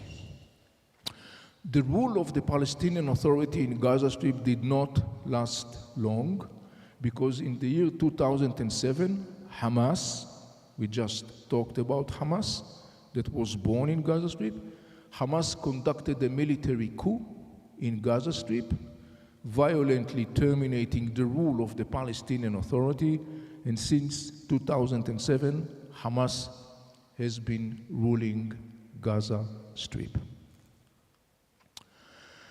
How did we get to the whole issue of October 7? I want to talk about it from a geostrategic perspective. One of them we just talked about in length when we talked about the inner power struggle between Hamas and Fatah. You may remember a couple of minutes ago I was referring to that, and I was talking about the different ideological perspective. That power struggle intensified following 2007 because, as I said earlier, in 2007 Hamas crushed violently the rule of the Palestinian Authority, and the major spine of the Palestinian Authority is Fatah organization. And ever since then, 2007, all the attempts of Arab leaders and Muslim leaders, all the attempts to reconcile between Hamas and Fatah, all those attempts failed. We talked in length previously about the different ideological perspective of Hamas and the Fatah, so there is no need to elaborate on that. The other thing that we talked also about was the confluence with the story of the Iranian regime, the Mullah regime in Tehran that comes to power in 1979. We talked about the Sunnis and the Shiites, just as a reminder, a couple of minutes ago. One thing that we have to bring into the story, which we did not mention in the previous one, is this thing. Because if you want to understand the story of the Middle East, you have to understand, of course, the story of the Sunnis and the Shiites that we just talked about. But you also have to understand another interesting power struggle that has been shaping this region for centuries. And this is the power struggle between three major civilizations. One is the Arab civilization. It represented here to the left with this beautiful script in green that actually says Allah, the God. Arab civilization gave birth to Islam. Islam was born in the Arab civilization. So Islam's very early values are basically coming from the Arab civilization. Today, as a fact, as you probably may know, most of the Muslims are not Arabs. They don't speak Arabic and they are not from the Arab Peninsula. But Arab civilization gave birth to Islam. And notice also the fact that most of the Arabs, or most of the Muslims Arabs, because there are Christians Arabs, for example, most of the Muslims Arabs are Sunnis. There is, of course, also a significant camp of Shiite Arabs, but most of the Arabs are Sunnis. In the center, we see the Persian lion, which represents the Persian civilization, an ancient civilization that actually preceded the emergence of Islam many, many centuries before. However, when Islam emerged, and as you may recall, very quickly spreading control across the Middle East and North Africa, it also basically conquered the Persian civilization. And actually, the Persian civilization once became Muslim. At first, the Persian civilization was Sunni. Later on, in medieval times, for different reasons, it actually transformed from Sunnis orthodoxy to Shiite orthodoxy. So in our times, majority of the Persians are Shiites. The Persians, of course, are not Arabs. They don't speak Arabic, they speak Farsi. They are not from the Arab Peninsula, they are from Persia. The third civilization is the Turkish civilization. We just talked about it in length when we talked about the Turkish Ottoman empire that ruled this region for 600 years until the beginning of the 20th century. The Turks are neither Arabs nor Persians. They are not from the Arab Peninsula and they are not from Persia. They are from Central Asia. The Turks doesn't speak Farsi and they don't speak Arabic. Surprisingly enough, they speak Turkish. So these are the three major civilizations, and they have been constantly competing for power and influence across the region for centuries. And the differences, as you can understand, and the animosities between the three are very well live and kicking, like any other thing in this region. We talked about the story of the Shiite Crescent earlier when we talked about the rise to power of the Mullah regime in Iran in 1979 and their desire to transform this narrative of we should have been the rulers of the Muslim world, transforming that into a blueprint, a program of expansion influence across the Arab world. You could see the states that are mentioned here, including, of course, Gaza Strip, which is not a state formally, but these are predominantly Arab countries with predominantly Sunni population. Yet, in some of those countries, like Lebanon, Iraq, Yemen, Bahrain, there is a significant presence of Shiite Arabs. But reminding you that Gaza, the Palestinians are not Shiites, they are Sunnis. We talked about the story of the axis of resistance a couple of minutes ago when we explained how this banner of the axis of resistance coincide or join the story of the caliphate radical ideology, the imamate radical ideology, the vision of the Shiite crescent. We talked about it a couple of minutes ago as one of the major stages that actually for the last 40 years has been dictating the trajectory of escalation of the Israeli-Palestinian conflict. Let's look a little bit closer into that and understand it. So we talked about these armies of terror, the axis of resistance. You got Hezbollah and Iraqi Shiite militias and Houthis in Yemen. Houthis are Shiite tribes in Yemen, traditionally based in the northern part of Yemen. They are about 35% of the population. Majority of the Yemenites are Sunnis, but the Houthis are significant minority, 35%. And then you see the yellow figure that represents Gaza, namely Hamas and Islamic Jihad, who, as we said before, are not Shiites, they are Sunnis. And we said that what brings them together under this frame of the axis of resistance is the fact that they all vow to end the presence of the West in the region. They all vow non-compromising animosity towards the Western civilization, viewing the Western civilization as a declining decay force, and of course, as part of that, vowed to eliminate the state of Israel. Interesting enough is that this axis of resistance, massively backed by the Mullah regime in Tehran, massively armed and financed and so on by the Mullah regime in Tehran, it's interesting to see the way they kind of like market themselves to the Arab world. And the cornerstone in this marketing effort is that the Mullah regime says to the Arab world, look, we are building this axis of resistance so we could go and liberate Palestine and we could pray in Al-Quds and liberate Al-Quds. Al-Quds is the Arabic name of Jerusalem. And the sentiment, this slogan, is a cornerstone in the whole marketing campaign that the Mullah regime was very effectively doing as it was building the axis of resistance across the region. So here, for example, you see an example of a poster. Many out of many posters that basically were made as part of this campaign.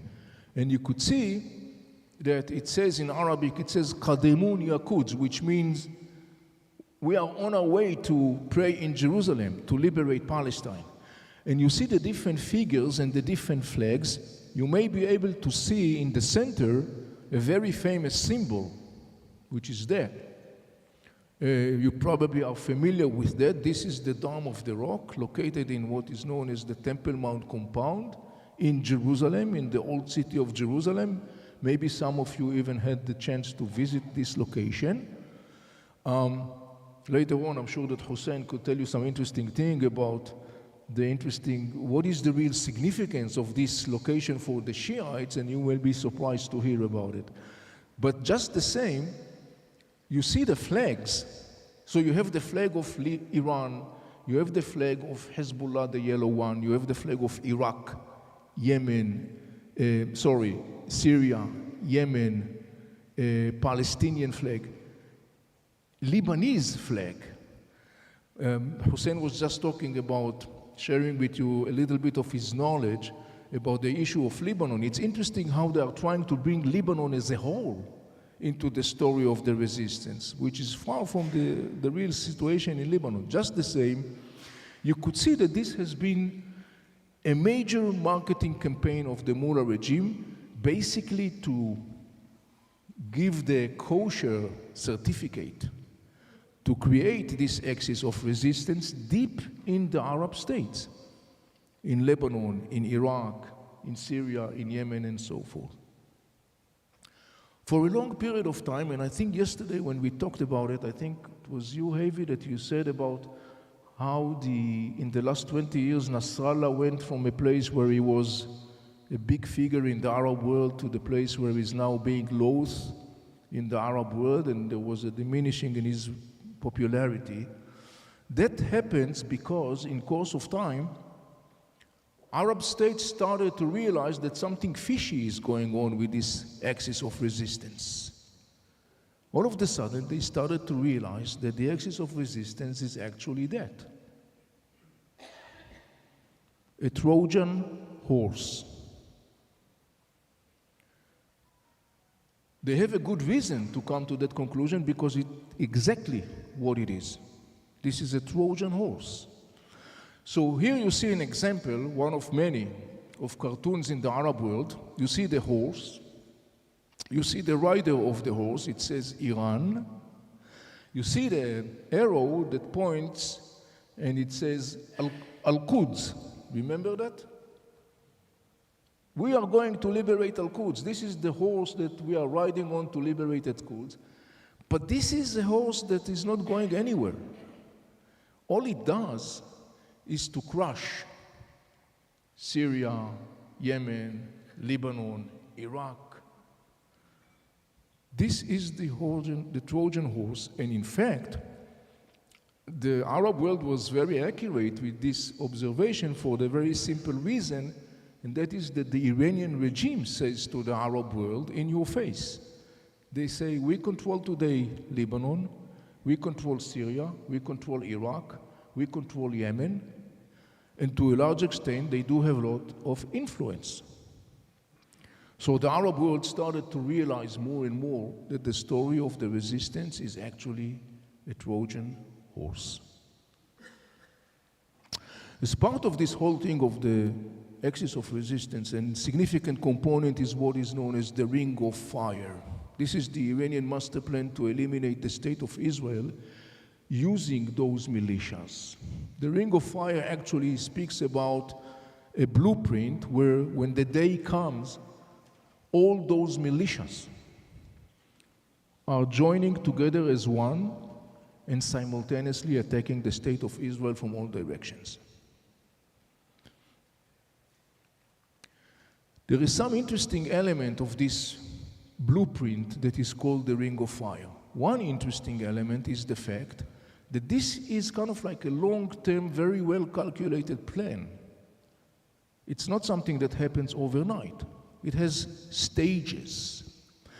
And the major stage is the need to exhaust Israel through a repeating military rounds. And now I want to circle back and take you to something that we said before. I said before that for the last 40 years, the axis of resistance was dictating the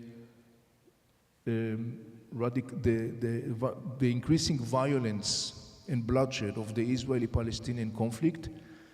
It is exactly the manifestation of that component. Because when you look at the last 40 years, in the context of the Israeli-Palestinian conflict, what you see that is in parallel to the program or the plan of the Ring of Fire, Hamas, Islamic Jihad, and Hezbollah were the one that constantly fuel the flames of the conflict and constantly exhaust Israel through military rounds.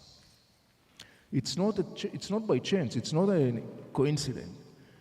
It's part of a very well long-term planned program.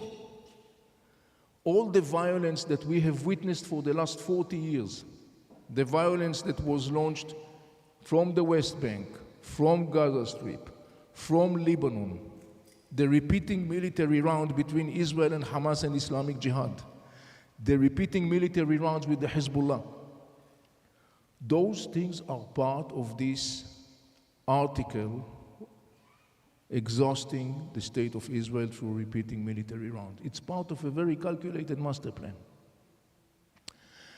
And a very significant aspect of that is the concept that is called unifying the arenas. It's called in Arabic, Wahdat al-Sahad.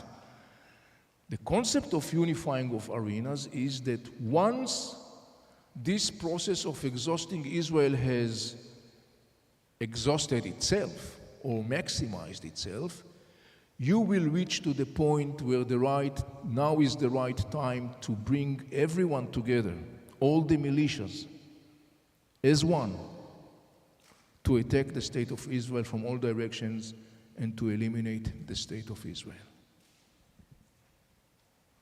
I can give you the exact date of the unifying of arenas. You want to know it? You do. It's called October 7. This is how we got to October 7. October 7 was the day where basically Hamas launching this war under the impression that the day has come. Now, Hamas' impression was not baseless because in the months before October 7, there has been meetings of the leaders of the axis of resistance in Beirut, in Damascus, in Baghdad. In August 23, there was a meeting of all of them with the Iranian Supreme Leader, Ali Khamenei, in Iran.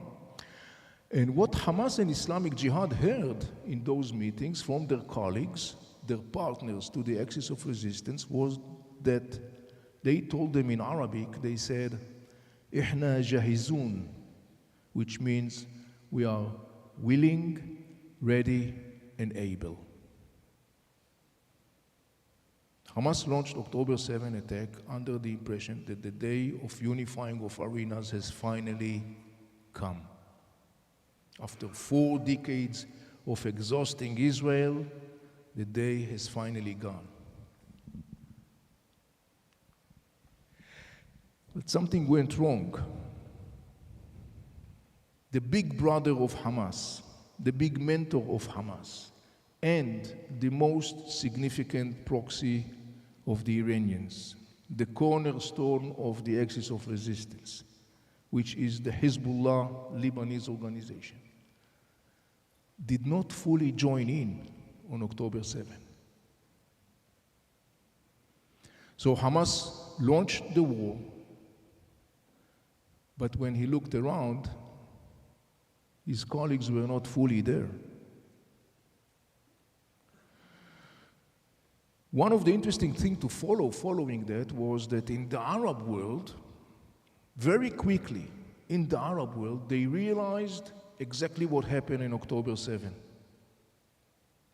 They realized the fact that this master plan of unifying of arenas, Wahdat al-Sahat, something went wrong.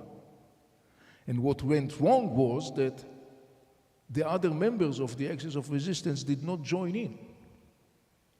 And so Hamas launched this war, fighting or finding himself facing Israel's military power and rage, and Gaza Strip is now destroyed. And very quickly in the Arab world started the screaming and anger on Hamas, basically saying to Hamas, what have you done? What have you done to your own brothers and sisters? And it's interesting because this is a cartoon that was published in a major media Arab platforms. It's called Al-Sharq Al-Awsat. This is a Saudi well-known platform in the Middle East, in the world. And it was published a couple of weeks after the beginning of the war. And basically it tells the story in a very illustrative way. You could see there are two figures here. You see this figure that stands. This is the Mullah regime. Okay? And you see there are two figures, it's the same one here. There are two figures right here that are on their knees, kind of like bending. One has a yellow bandana, it represents Hezbollah, and the other one has a green bandana representing Hamas. So the Mullah regime gives the signs. Remember the meeting in August 2023 with the Iranian supreme leader. The Mullah regime gives the sign, the time for unifying of the arenas has allegedly come. It gives the sign, Hamas is running to fight Israel. You see the arrow that points at Israel. But Hezbollah remains in its place. It is not joining. And if you look closer, you could see that the Hezbollah is chained to the Mullah regime. If you look right here.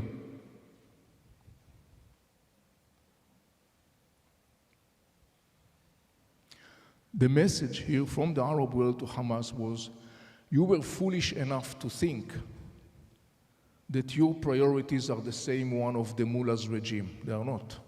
The Mullah regime has different calculations and different priorities. And once you launch this war without really consulting us about the timing, you are alone. That's what the Arab world says to Hamas. You basically sacrificed your brothers and sisters and the Palestinian case at the altar of the Iranian regime interests. So one of the things that we have constantly asking ourselves since October 7th, are we heading towards a regional war? Hamas and Islamic Jihad are enormously significant for the regime because they are the one fueling the war all the time and fueling the conflict. The more they fuel the conflict, the more the Mullah regime can say to the Arab world, oh, we are supporting the axis of resistance, for one day we will liberate Palestine. But now there is a situation that the Mullah regime may lose this arm in Gaza Strip of Hamas and Islamic Jihad. The Mullah regime does not want to lose this arm, but on the other hand, it doesn't want to sacrifice any other thing just in order to save Hamas.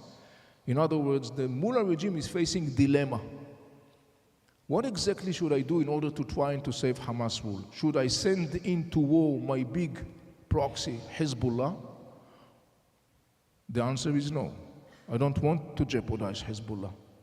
It's my most significant proxy. So what is the alternative? I will apply a tactic of increasingly but well-calculated military pressure across the Middle East, using my different proxies.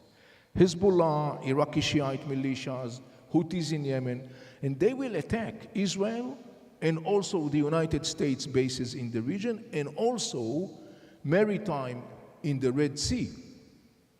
And the purpose of all these co-instructed, orchestrated attacks, the purpose is not to ignite a regional war. No, not at all. This is not what the Mullah regime wants. The purpose is just to put pressure on the international community and the United States to pressure Israel to stop the war in Gaza. That's the purpose. So that have been going on the ground. We see this going on, exchange of punches between Israel and the Hezbollah all this period of time. We saw that the Houthis in Yemen are attacking maritime in the region. One of the things that we saw was that at some point things became more and more intensified, and the risk of regional war has been increasing. And there were a couple of milestones that we were very close to that scenario. You may remember in April 13, 14, the Iranian attack on Israel, hundreds of missiles and cruise missiles and drones. That attack, directly launched from Iran, was successfully intercepted by the US-led coalition. But that was a very close point to a regional war. It didn't happen because Israeli retaliation was very symbolic. It wasn't very massive, it was very symbolic. Then we got the story of Houthis attacking Tel Aviv with a drone, resulting in the killing of one person. This time, Israel's response was not symbolic. Israel basically damaged substantially the Hodeidah port right here, which is a major oxygen pipeline of the Houthis in Yemen. The next thing we saw was August 25th, when Israel took a preemptive strike to prevent Hezbollah massive rockets attacks on the northern part of Israel. A couple of minutes before that attack was on its way. Obviously, recently, the whole very famous story of the Beepers attack in Lebanon. Once again, a milestone where many in the region and in the world basically said, oh, now we are heading inevitably toward the regional war. Didn't happen so far. If that's not enough, the most recent development, elimination of all the leadership of Hezbollah, including its leader, Hassan Nasrallah. Obviously, as you can understand right now, the major discussion is, all right, are we now going to have a regional war? Question mark. Question mark. I've been saying all along since the beginning, one day following October 7, when I was referring to that, I said, it is a very possible scenario, very possible scenario. It's possible, but it's not inevitable. I think it's still valid to say that today. A few words about the Arab world and the war. As you can understand, on the one hand, there is a lot of sympathy and identification and solidarity with the Palestinians in Gaza. Obviously, it's very understandable. On the other hand, there is an enormous anger and criticism on Hamas. Just to remind you, that anger and criticism didn't start following October 7. It started way before, when Hamas took control over Gaza Strip in 2007, dragging Gaza Strip to these repeating military rounds as part of the Ring of Fire plan. Remember that? People in the Arab world, including Palestinians, basically tell to Hamas, what are you doing? Time and again, you are initiating these military rounds and you drag Gaza Strip to havoc and destruction. Needless to say, following October 7 and what happens in Gaza Strip, you can understand the anger and frustration in the Arab world are skyrocketing. Here you have a couple of manifestations of that. For example, you see, these are all cartoons from Arab media. You see the Iranian regime here is the puppeteer, and it's holding two puppets, Hamas and Islamic Jihad. And this is Gaza Strip. The message is clear. The Arab world is saying to Hamas and Islamic Jihad, you are puppets in the hand of the puppeteers, and you are sacrificing your own brothers and sisters for that puppeteer. And finally, some educational perspectives of our educational mission. Look, in the Western discussion, looking at the whole situation and particularly the radicalization and the intensifying violence of the Israeli-Palestinian conflict, there has been totally failing of reading what's the real cause of that. The Western media discussion, cultural, political, intellectual discussion, totally failed to understand what is exactly the big story that is going here. That failure stemmed from two major reasons. One is that in the discussion, what is constantly echoed are the narratives of the sides. You have the Palestinian narratives, you have the Israeli narratives. Mistakenly, the narratives has been viewed in the Western discussion as if they are the explanation for the radicalization and intensification of the conflict. But this is a mistake. These are not the reasons. The narratives are not the reasons. The reasons are exactly what we talked about, this confluence of these radical ideologies, the story of the axis of resistance, the interests of the sides ideologically and politically involved. So this is one reason for the failure. Another one is the fact that, unfortunately, the discussion became very flat. It has become subject to a buzzwords and slogans and emotional mindset and theories and concepts that sounds very nice and very compelling, but unfortunately they really don't offer any ability to understand the complex reality. To the opposite, they totally distort the ability to understand the complex reality. These are some examples that you are all familiar with. You know, we talked about people that are chanting from the river to the sea, totally a misunderstanding what is exactly standing for. People are praising the concept of the resistance, romanticizing that. The resistance for the people of the Middle East is a catastrophe. Hundreds of thousands, if not more, of people paid with their life because of that romantic slogan. Syria is destroyed in the name of resistance. Lebanon is destroyed. Iraq is destroyed. Yemen is destroyed. Gaza is destroyed. All in the name of resistance that in the Western circle became romantic ideal. There is nothing romantic about resistance. And there are many more examples that in short of time I wouldn't talk about, but just to conclude, talking about the educational mission, look, this is the manifestation of the process that I was talking about, the damaging process. The discussion, you probably know that in campuses and in other environments became totally subject to these slogans and buzzwords. They are very compelling, particularly for young people, of course. I understand it. But this is not education. This is not what education is about. This is what education is about. Context, critical thinking. We just had Andrew yesterday talking so much about the challenges in our times and the need for critical thinking, particularly in time where we see AI and God knows where it's going to take us.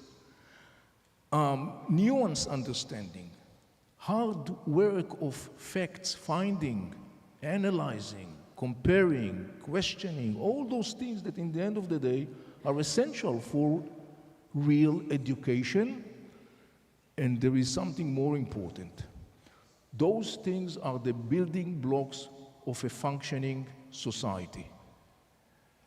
You take out these blocks and the ramifications are severe. It's happening right now as I'm talking to you. At this point, ladies and gentlemen, I'm concluding my presentation.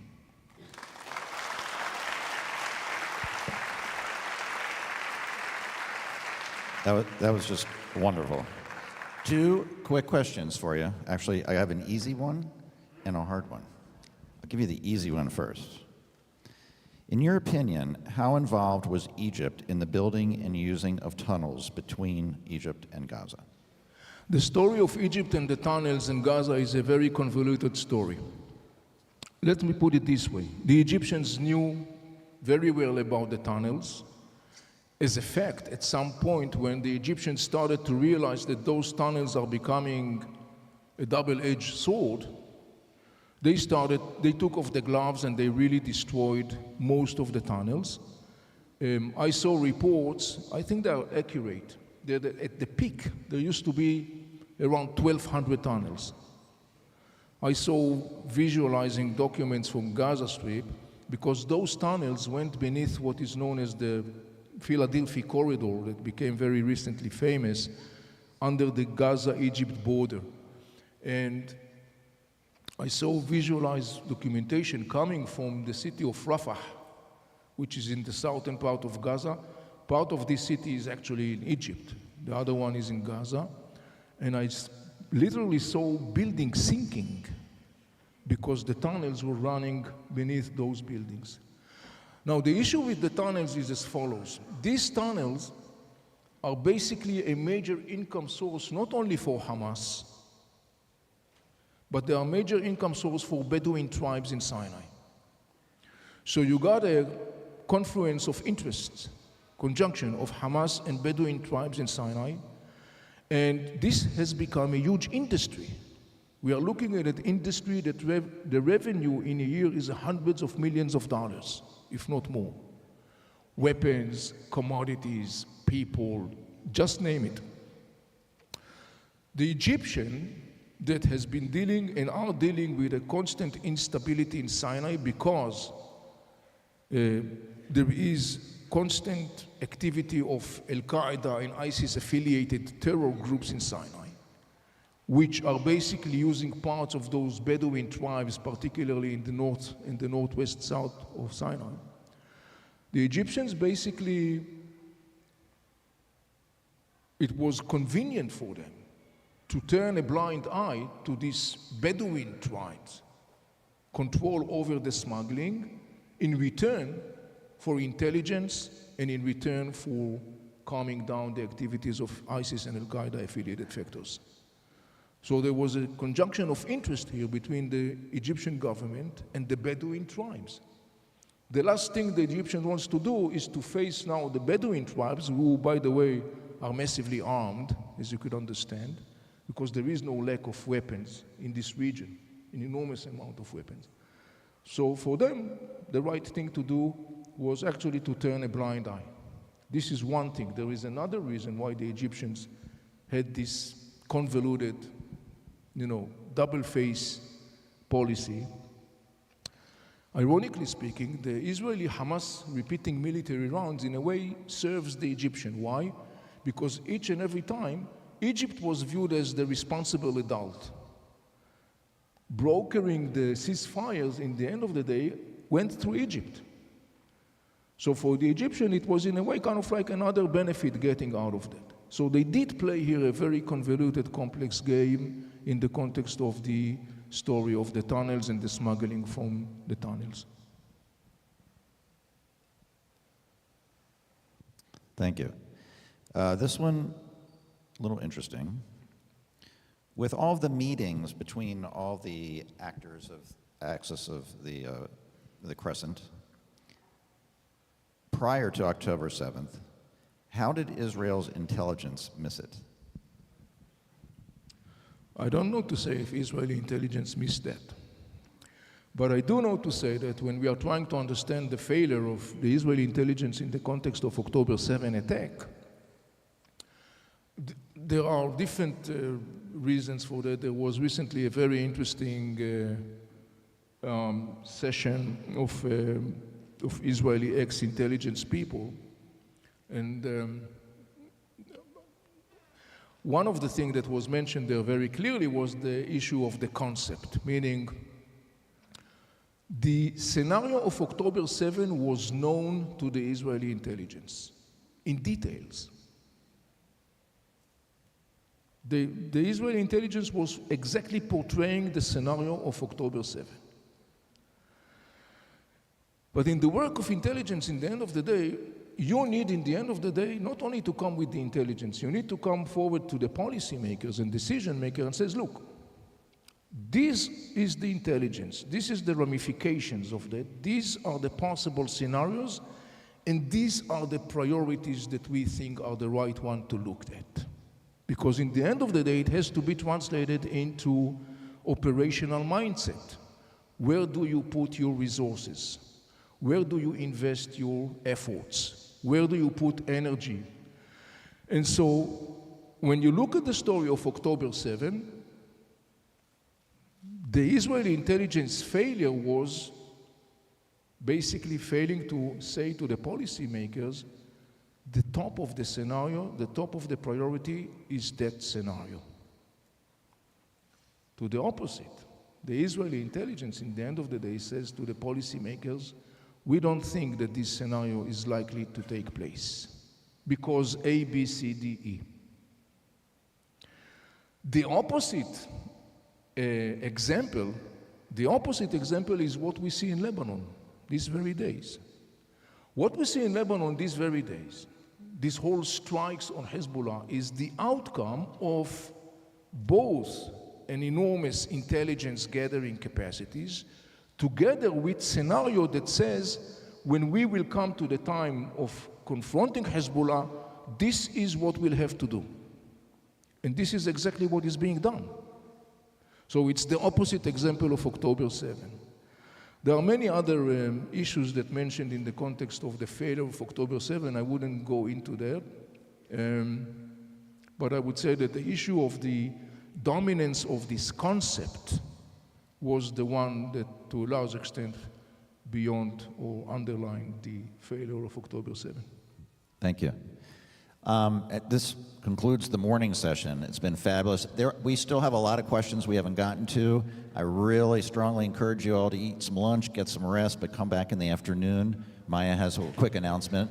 But our guest speakers are all in the afternoon, and it's going to be unbelievable. I'm just telling you. Stick around. Wait for instructions from the big boss. Anyway, I just wanted to explain kind of the structure of the day. This morning was really supposed to set the stage for our speakers this afternoon, to kind of give you, the lay of the land. So after what we have now is lunch, and so we're going into the Myers Auditorium, which probably more of you know where that is than I do, but it's that way. Now there are two options for lunch, not food options. You can't hear me? I don't like speaking into a microphone. It's terrible. That's good? Okay. Hate it. I couldn't do what Avi does. Anyway, so lunch is on us, well, on Beth El, actually, in the Myers. Hussein and Dahlia and Havi and Avi will all be available. And Andrew, sorry, I'm looking this way. And Andrew will be available. For those of you who were here yesterday, you met them. For those of you that weren't here yesterday, you'll have the privilege of meeting them all this afternoon. Oh, sure. So Andrew Schuster. I don't want to do introductions because I won't do it well. The bios are all in your booklets. Hussein Abdul Hussein, Dahlia Ziada, Havi Buzo, and Avi Melamed. So over lunch, you're welcome to stay in the Myers and talk to them. Also, in a couple of minutes, we will be screening here on a loop. In your booklets, as Avi mentioned it earlier, we have a Jerusalem docuseries called The Seamline. It's a 5-part docuseries. We'll be showing 2 episodes on a loop. And then at 12:40, so that's an hour. Please be back. We want to start at 12:45. Our first speaker will be Hussein talking about Iran. Our second speaker will be Dahlia talking about radical Islam and the West. And our third session will be Havi and Andrew talking about Arab media, the conversation in Arab media, and how we can separate fact from fiction and be good news digesters and sharers. And then the final session will be with all of our speakers talking about Israel and the Middle East into the future. So again, this morning was really setting the stage for what we hope will enrich your understanding of this afternoon. This was a deliberate strategy. And have lunch, come back. We'll see you at 12:40. See you later.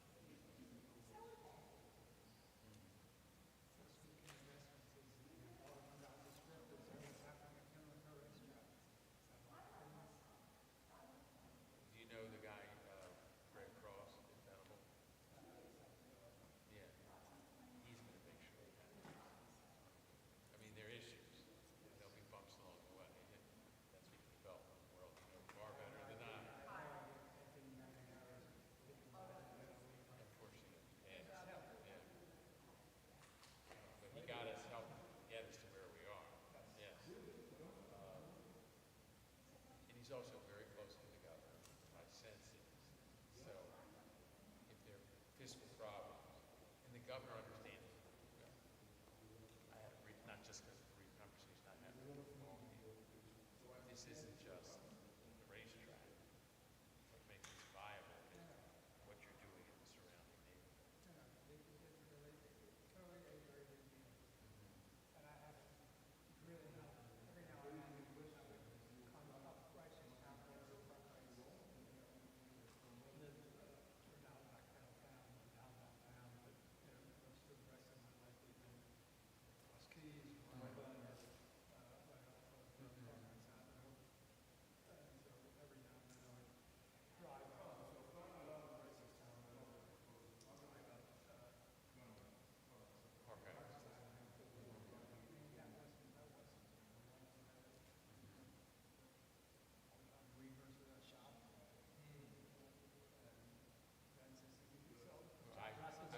I went to elementary school in junior high with Jay Slater.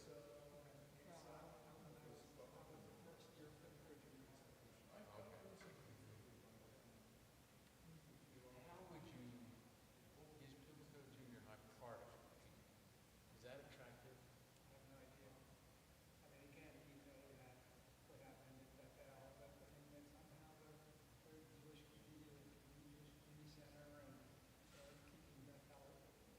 But, but Jake, sorry, okay, okay.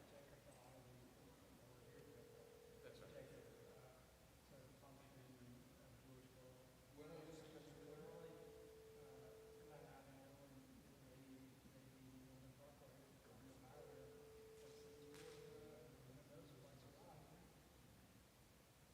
Well, there's significant